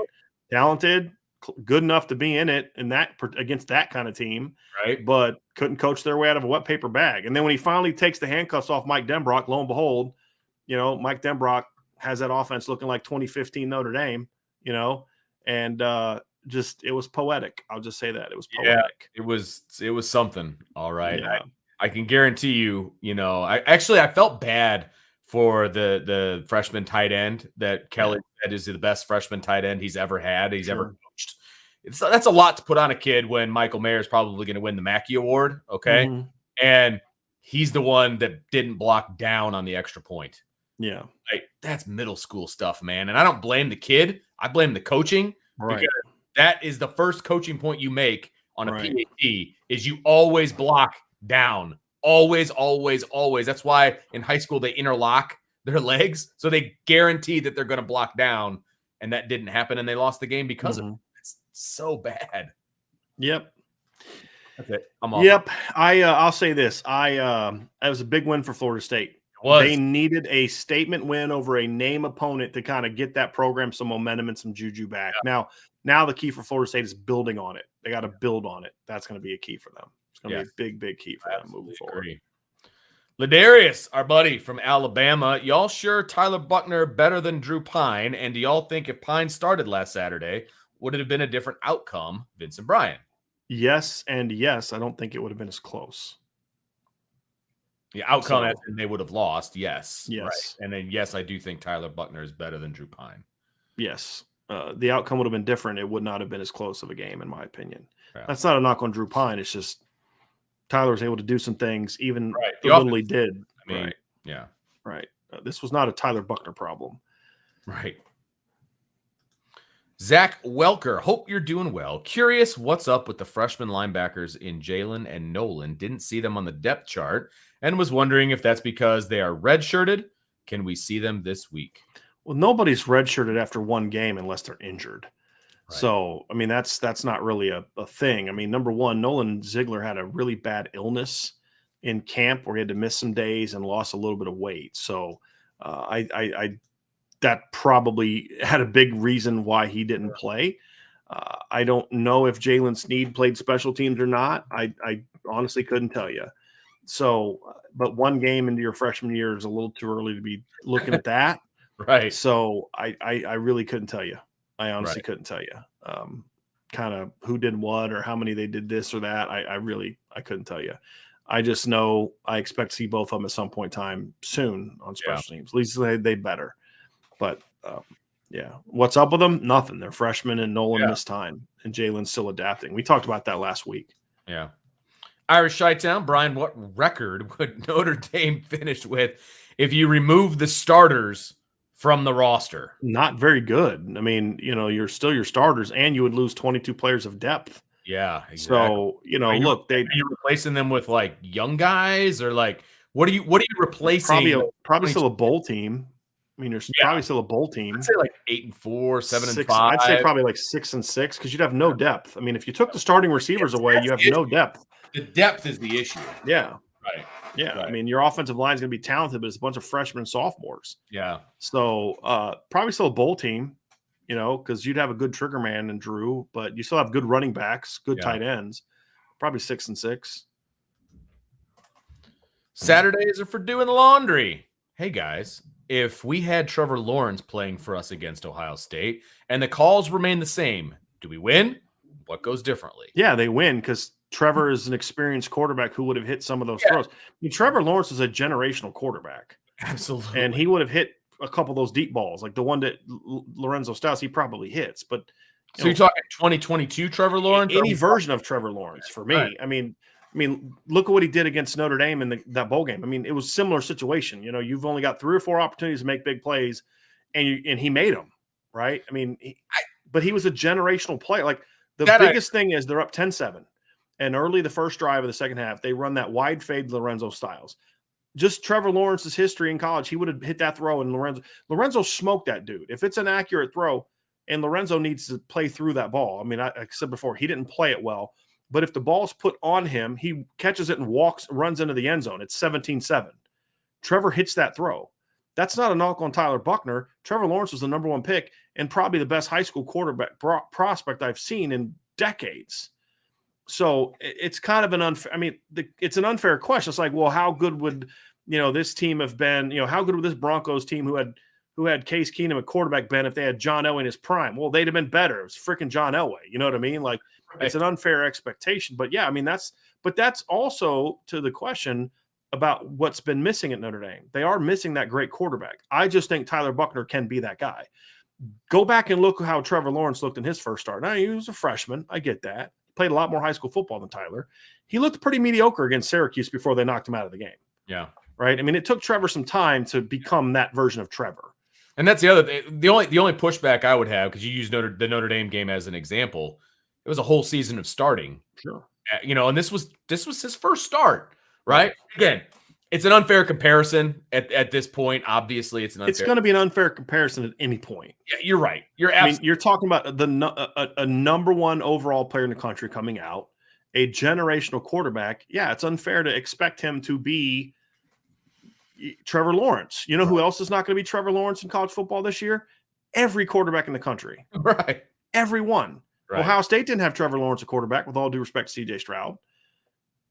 CJ is closer to it now than Tyler is, but CJ is also a year ahead of Tyler. Got a year under his belt. Yeah, exactly. So, unlike CJ Stroud, Tyler didn't get a play against, who did they start their season off against last year? Ohio State, Minnesota, right? Well, if he'd have played a team like Minnesota, things look a little bit differently for Tyler Buchner. Mr. 2.0, where's the balance of Marcus Freeman dictating what he wants to see on offense and Tommy Rees running the show? Was Freeman's influence on the offense against Ohio State in reaction to Rees's bowl game? No, not at all. I'll say it again. Some of y'all are reading way too much into this. Way too much into this. It was a reaction to playing Ohio State and the thought of whether or not the team can beat Ohio State as constructed. It was about playing an offense that scores a ton of points. It was about playing an offense that had elite talent around it. And it was about not feeling like you can get into a shootout with that team, which I completely agree. Now, getting into a shootout and calling what they did is a different deal. But I'll also say again, and this is what I learned when we were doing kind of the upon further review from that game, to be honest with you, is there were still chances in the second half to put them down even more. Would it have put him away? I don't know about that. I think you needed 2 scores. But again, if he hits that wide fade go route to Lorenzo Styles, it's probably 17-7. So it's not just play calling. I didn't love the game plan. It's also execution. There's another play where Braden Lindsey just runs by a dude. I mean, just runs straight by a dude, and it doesn't hit because why? Because the quarterback just missed. I mean, the offensive line just whiffed, and he got hit before he could kind of get to the top of his drop and make that throw. So, again, I understand where people are coming from. It's just the thing for me is it's not as simple as just sometimes we can make the game a little too complex, and sometimes we make the game way too simple. And it's not as simple as just saying, oh, the play calling was bad. There were still opportunities to go out and win that game. And Freeman dictating whatever he did or didn't dictate to Tom Reese was about Ohio State. I mean, now we can argue, is it right? Is it wrong? Was it the right advice, wrong advice, whatever the case may be? I don't know. But all I know is it was about Ohio State. That's all I can tell you. That's all I can tell you. Tommy Gunn says, guys, I'm sure you watched the Clemson game the other night. If DJU plays the same for the rest of the games as he did in the first game, would you expect him to start against Notre Dame? I said this, Tommy. I said this on yesterday's show. No, Monday's show when I kind of took over with the show that Sean and Ryan were doing. Or no, actually, was it yesterday's show we were talking about it? But anyway, we were talking about it. It was me and Ryan talking yesterday. I'll be shocked if DJ Play is starting quarterback against Notre Dame. Because he showed himself to me to be the same guy he was last year. I didn't see any improvement. One game, so he can always get better, and I'm sure they'll give him chances to get better. Dabo's a pretty loyal guy. I mean, if Trevor Lawrence couldn't replace or didn't replace Kelly Bryant till like game 3 or 4, then it's going to take Cade Klubnik a little bit more time. Even though Kelly obviously had more success as a win-loss record than DJ did last year, but he'll give him more chances. There's no doubt. Irish Chi-Town, if they expand the playoff to 12 or 16, is there still a need to have a college football playoff committee? Absolutely, because who's going to pick the 12 to 16? You still need someone to determine who is the 12 that's in, because there's only 6 automatics. You need somebody to determine those, and you also need a committee to determine what the seeds are. So like who's the 1, 2, 3, and 4? Who's the 6 through 12?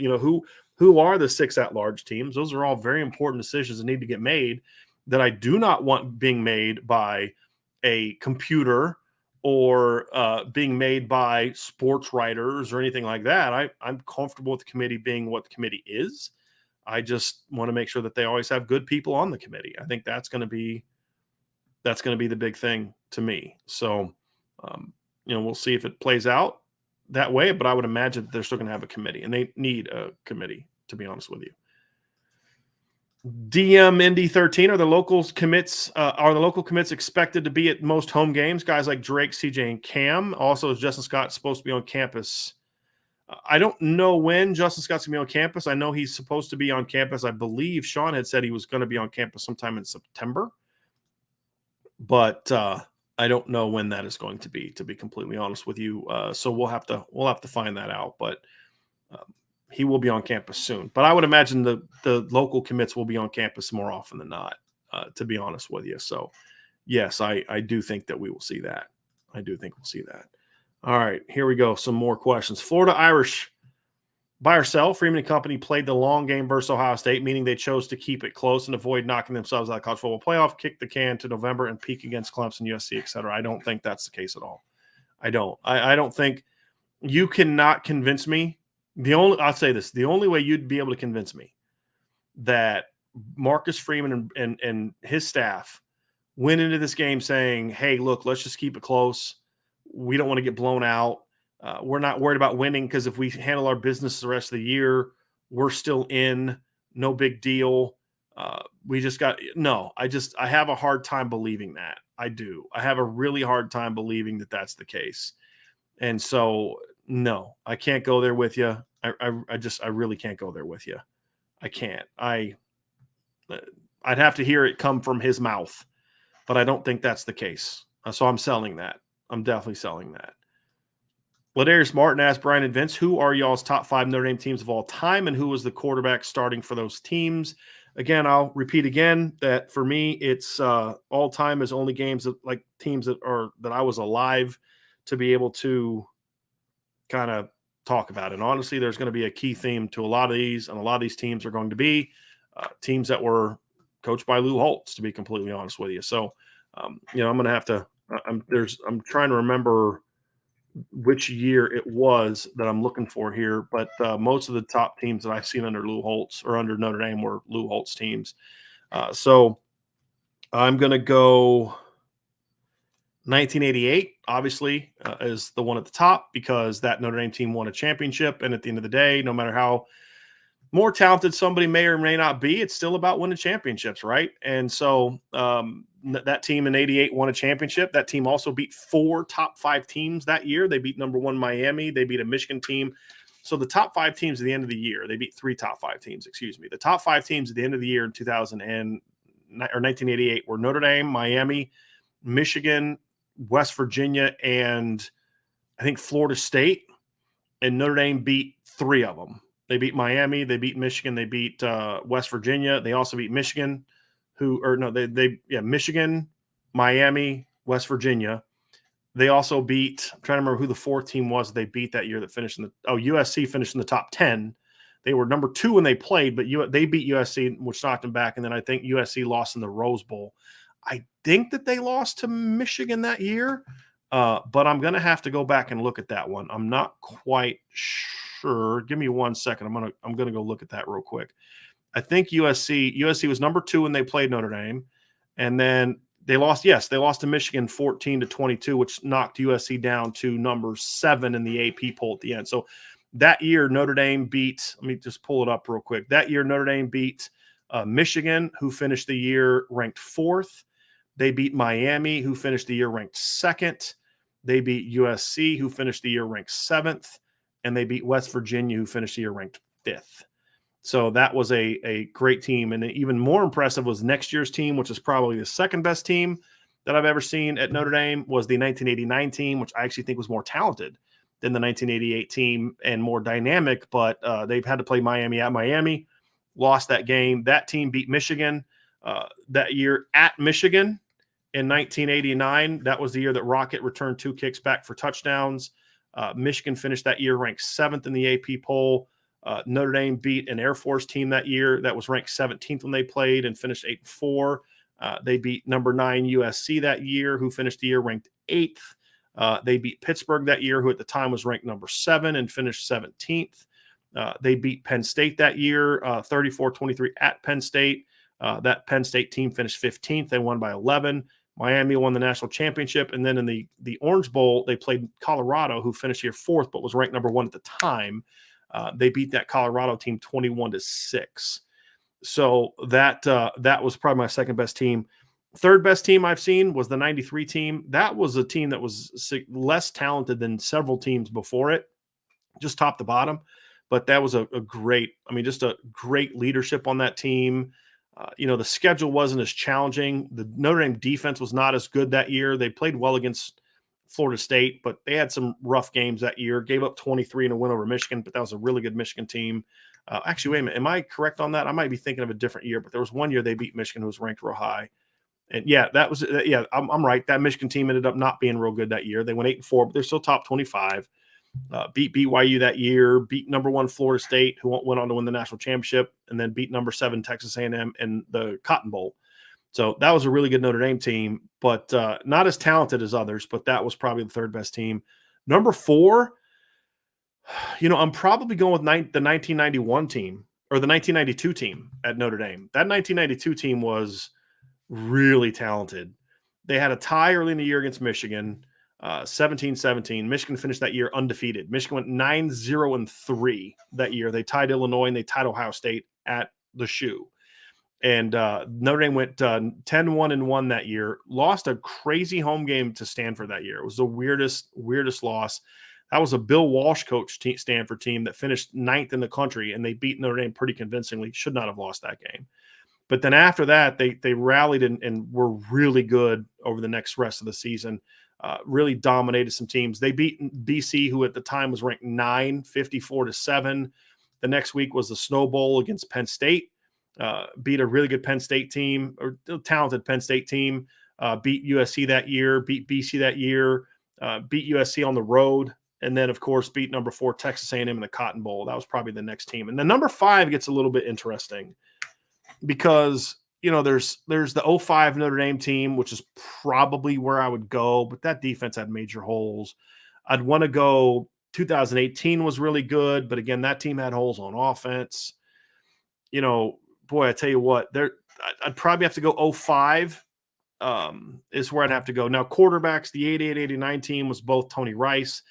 91 or the 92 team was Rick Meyer. The 93 team was Kevin McDougal, and the 05 team was Brady Quinn.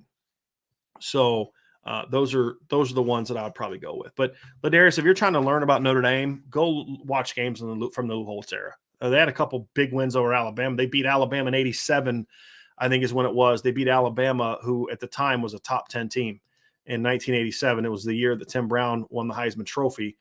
They played Alabama at home.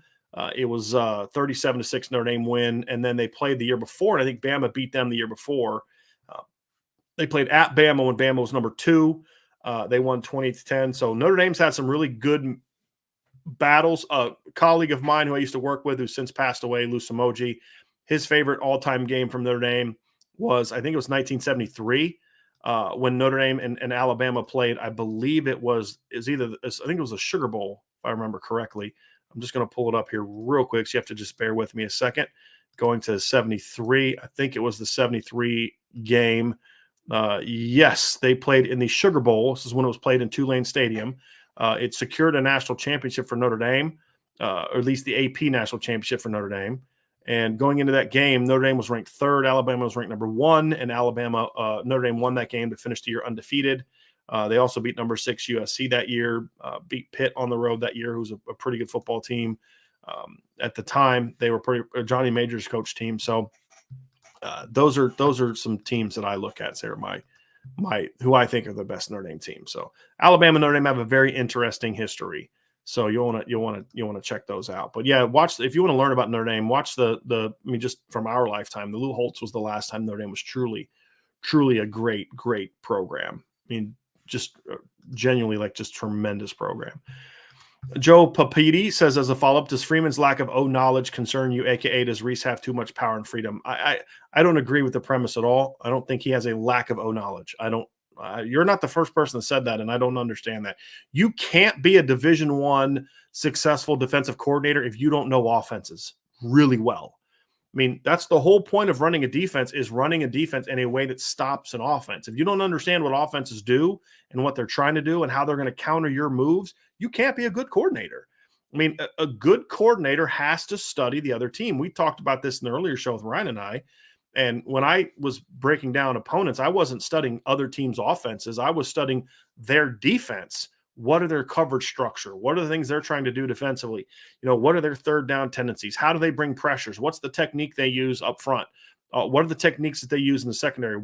I had to know them as well as I knew my offense. Otherwise, I wouldn't know how to attack it. And same thing with Marcus Freeman. So I don't agree with the premise that he has a lack of offensive knowledge. I don't understand that premise. And so I don't understand where it comes from. So it's hard for me to push back on it because I just don't understand where it's coming from. So if you want to elaborate a little bit, Joe, I'd love to hear that. But a coordinator has to know the other side of the ball as well as he knows his side of the ball. And so you may not know the technique, like, okay, here's how I would teach a post curl route. You may not know that, but scheme. You know what offensive lines try to do. You know what running backs try to do. You know what run game is. You know how zone works. You know how counter works, power works. Because if you don't know those things, you can't stop it. You can't stop something you're not aware. If you don't know how it works. And so he doesn't have that. So and the whole point that we're arguing about is that Tommy Rees wasn't given enough authority against Ohio State is a bigger issue. So that would be my thing. So Ladarius says, who won the 1973 Natty, or did Alabama share with another team? So this is one of those ones that Alabama claims I believe is a national champion, because the coaches poll, Ladarius, back then would give the championships out before the bowls. So Alabama was crowned the national champ that year because they were ranked number 1 in the coaches poll before the bowl games. And then Notre Dame went and beat them in the bowl game, and then Notre Dame got the number 1 title. So that's the interesting thing about Bama is they claim some championships in some really weird ways.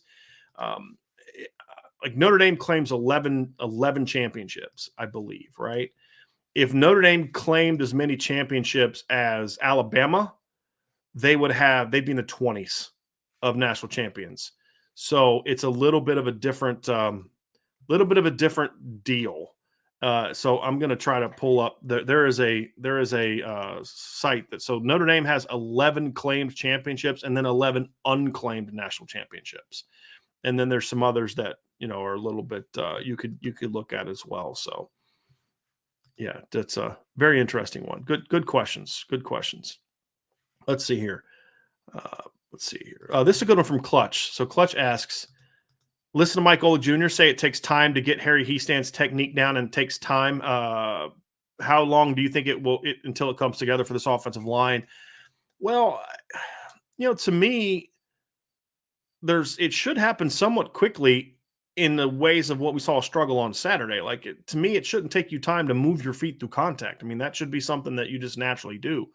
So I would hope by the end of September at the latest. We talked about this a little bit over the summer, about whether or not, how quickly would it take? Could they be that team by week 1? Would they need to week 4? Will it be to the end of the year? We don't know the answer to that, really, to be honest with you. And so, I need to see how quickly. I don't know how quickly it's going to last. I think it should happen somewhat quickly. I mean, if you look at Mike Golick, right, the team that he was a part of, he was a part of Harry Hiestan's first Notre Dame team back in 2012, and they struggled running the ball in week 2 and week 3 and week 4, but they went for 293 in the opener against Navy, and then they busted out in game 5 for 376 against Miami, which would be the BYU game this year. And after that, I mean, they ran 150 on Stanford, which, if you remember the time, going for 150 on Stanford was really good. 270, 215 at Oklahoma, 231 against Pitt, 184 against BC, Wake Forest, 221, South USC, 222. So by game 5, they were rolling. I hope it's that soon here, because game 5 is BYU, and they're going to need that before it really, really starts to click. So I would argue they played better teams early in 2012 than they're going to play in the first 4 games after Ohio State than they're going to play this year. So you didn't have, their first 4 games in 2012 was Navy, Purdue, Michigan State, and Michigan. It were their first 4 teams. It's a little different than, obviously after the opener, but it's, Marshall, Cal, and North Carolina. It's just a little bit different. All right. Beef Eater says, Brian, would you ever do a show with Brian Polian? No, I would not. Michael asked Brian and Vince, first off, thank you both and the rest of the crew for providing Notre Dame Nation with the best in the business. Thank you. Do you still feel good about Peyton Bowen ultimately staying with Notre Dame? Yeah, I have not gotten anything that would make me think otherwise from anybody. So, Mike, communication is still good. When you look at kind of with the other commits, he still talks to them. They still play video games together. They're still in the group chat together. There's just nothing that makes me concerned. I don't know what else to say. I have nothing to be concerned about right now. Anything could happen. And so, anything can happen. But as of right now, I have no reason to be concerned about where things stand with him. Here's the next question. We are not Marshall. Brian, for the first game, what are realistic expectations of this offense? I don't think the expectations change, man.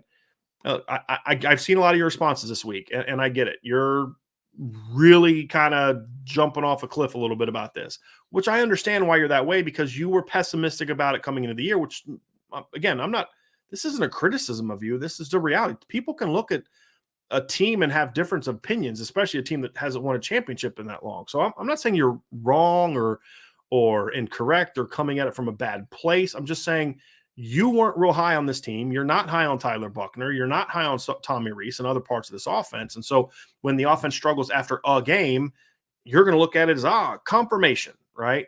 Well, it's still one game, and give it a month, 5-6 games to see how it is after the BYU game. If they're still struggling, then yeah, that's a problem.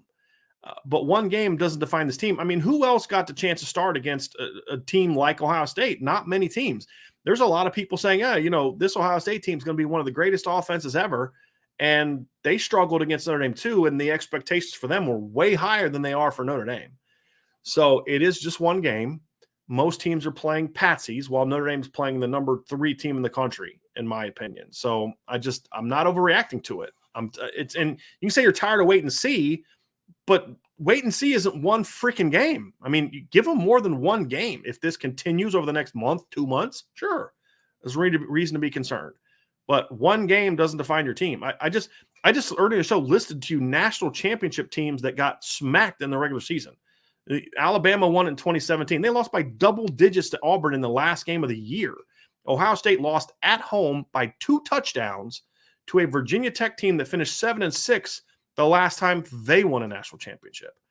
I'm not saying that it's okay what happened Saturday. I'm not. What I'm saying is none of us should be making sweeping conclusions. And I did say this in the summer, and I said even if they win, it's just still one game. We need to see what they do next.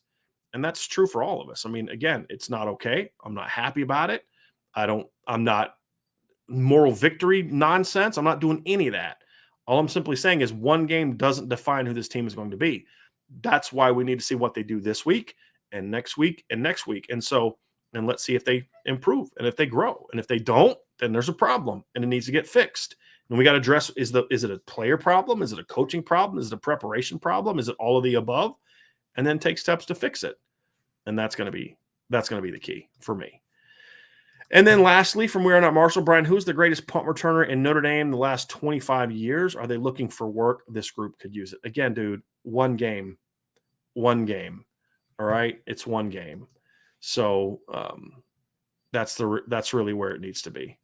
It's so, and so I love the energy, BD. I have faith in your analysis. Much love, IB Nation. I need to tone it down, my brother. Look, man, I get it. It's, I think you just put in your chat your age. We're almost the same age. You're just a year older than me. We've been through a lot as Notre Dame fans for the last 30 years. I get the frustration. I'm not even saying like I'm happy about it. I'm just what I always try to do is give perspective. And when there's something to be ticked about, in my opinion, I'm going to say it. All I'm trying to say is you can't lump 30 years of frustration into every game that Notre Dame plays. You just can't. You can't ask Marcus Freeman and this team to overcome 30 years of frustration in one game. You can't do it. Like, let's see how this team develops. And if it doesn't get better, then we can have those conversations. But I'm just trying to say is like, look, Saturday sucked. And as I told Vince, I'm probably more annoyed now than I was on Saturday because as I watched the game and I broke it down, it's like, good Lord, there were so many missed opportunities where you could have won that game. And then I'm also then encouraged because I'm like, man, they didn't really play that well and still could have won that game. So I think this team is got a chance. Let's just see them develop. I mean, dude, you didn't even think they were going to beat Ohio State coming into the game, right? So you should be surprised when they actually lose to Ohio State. Let's see how the season progresses. I get your frustration, my man. I do.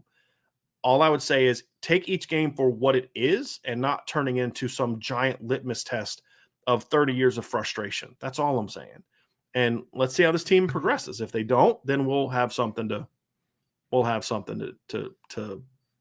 talk about. And then the last one from Ladarius, Bryan, if NBC gave you a chance to call Notre Dame games, would you take that job? No, I would not. And the reason why is I think that you should stay in your lane. And I think calling a game is challenging. It takes skill to do what Mike Tirico does.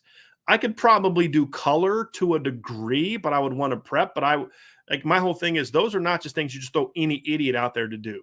I think there are things that take talent, take work, take preparation, and all those type of things. And so that's why I have great respect for the people that do it well. That's why I have great respect for the job Mike Tirico did. It's not easy. And, and I know Sean Stiers does games, and he's actually asked me to do high school games with him before. And I say, no, I don't know if I would be good at that, because it's a different form. I mean, I give these long-winded answers. Well, you can't do that when you're doing a game because there's a play snapping, and I can't still be talking about the play from 3 plays ago. So I don't think that'd be my thing, to be honest with you. And I have a great deal of respect. I have too much respect for how hard it is to do certain jobs to just be one of those people that's like, I can do any job that you can do because I know football. I don't think that's fair. I think Mike Tirico I could not do what he does in time 5-10 years ago. If I started doing it and worked my way up, I have confidence I could do a lot of things if I spent time on it, but it would take a long, long time to get there. And, those guys earned that place. And I just, and that was kind of my frustration with Jack Collinsworth. It's like, did he really earn play-by-play honors for Notre Dame? I don't really think so, but that is what it is. Like the job Paul Burmeister does, that takes talent. It does. There's preparation, there's technique, there's knowing how this goes, how that goes, doing the breaks, all the kind of stuff that I wouldn't be good at. And so, I would probably pass on that because I don't think I do a good enough job. And I think Notre Dame fans deserve excellence. They deserve the best. And I'm going to give the best of what I think I'm good at. And that's this. That's analyzing the football team, writing articles, doing videos, breaking the team down. I think I'm really good at that. And I think my staff is really good at that. And that's our lane. And we're going to analyze the football team and the role that we have. But I think Notre Dame deserves the best in every capacity of what the best are in that field.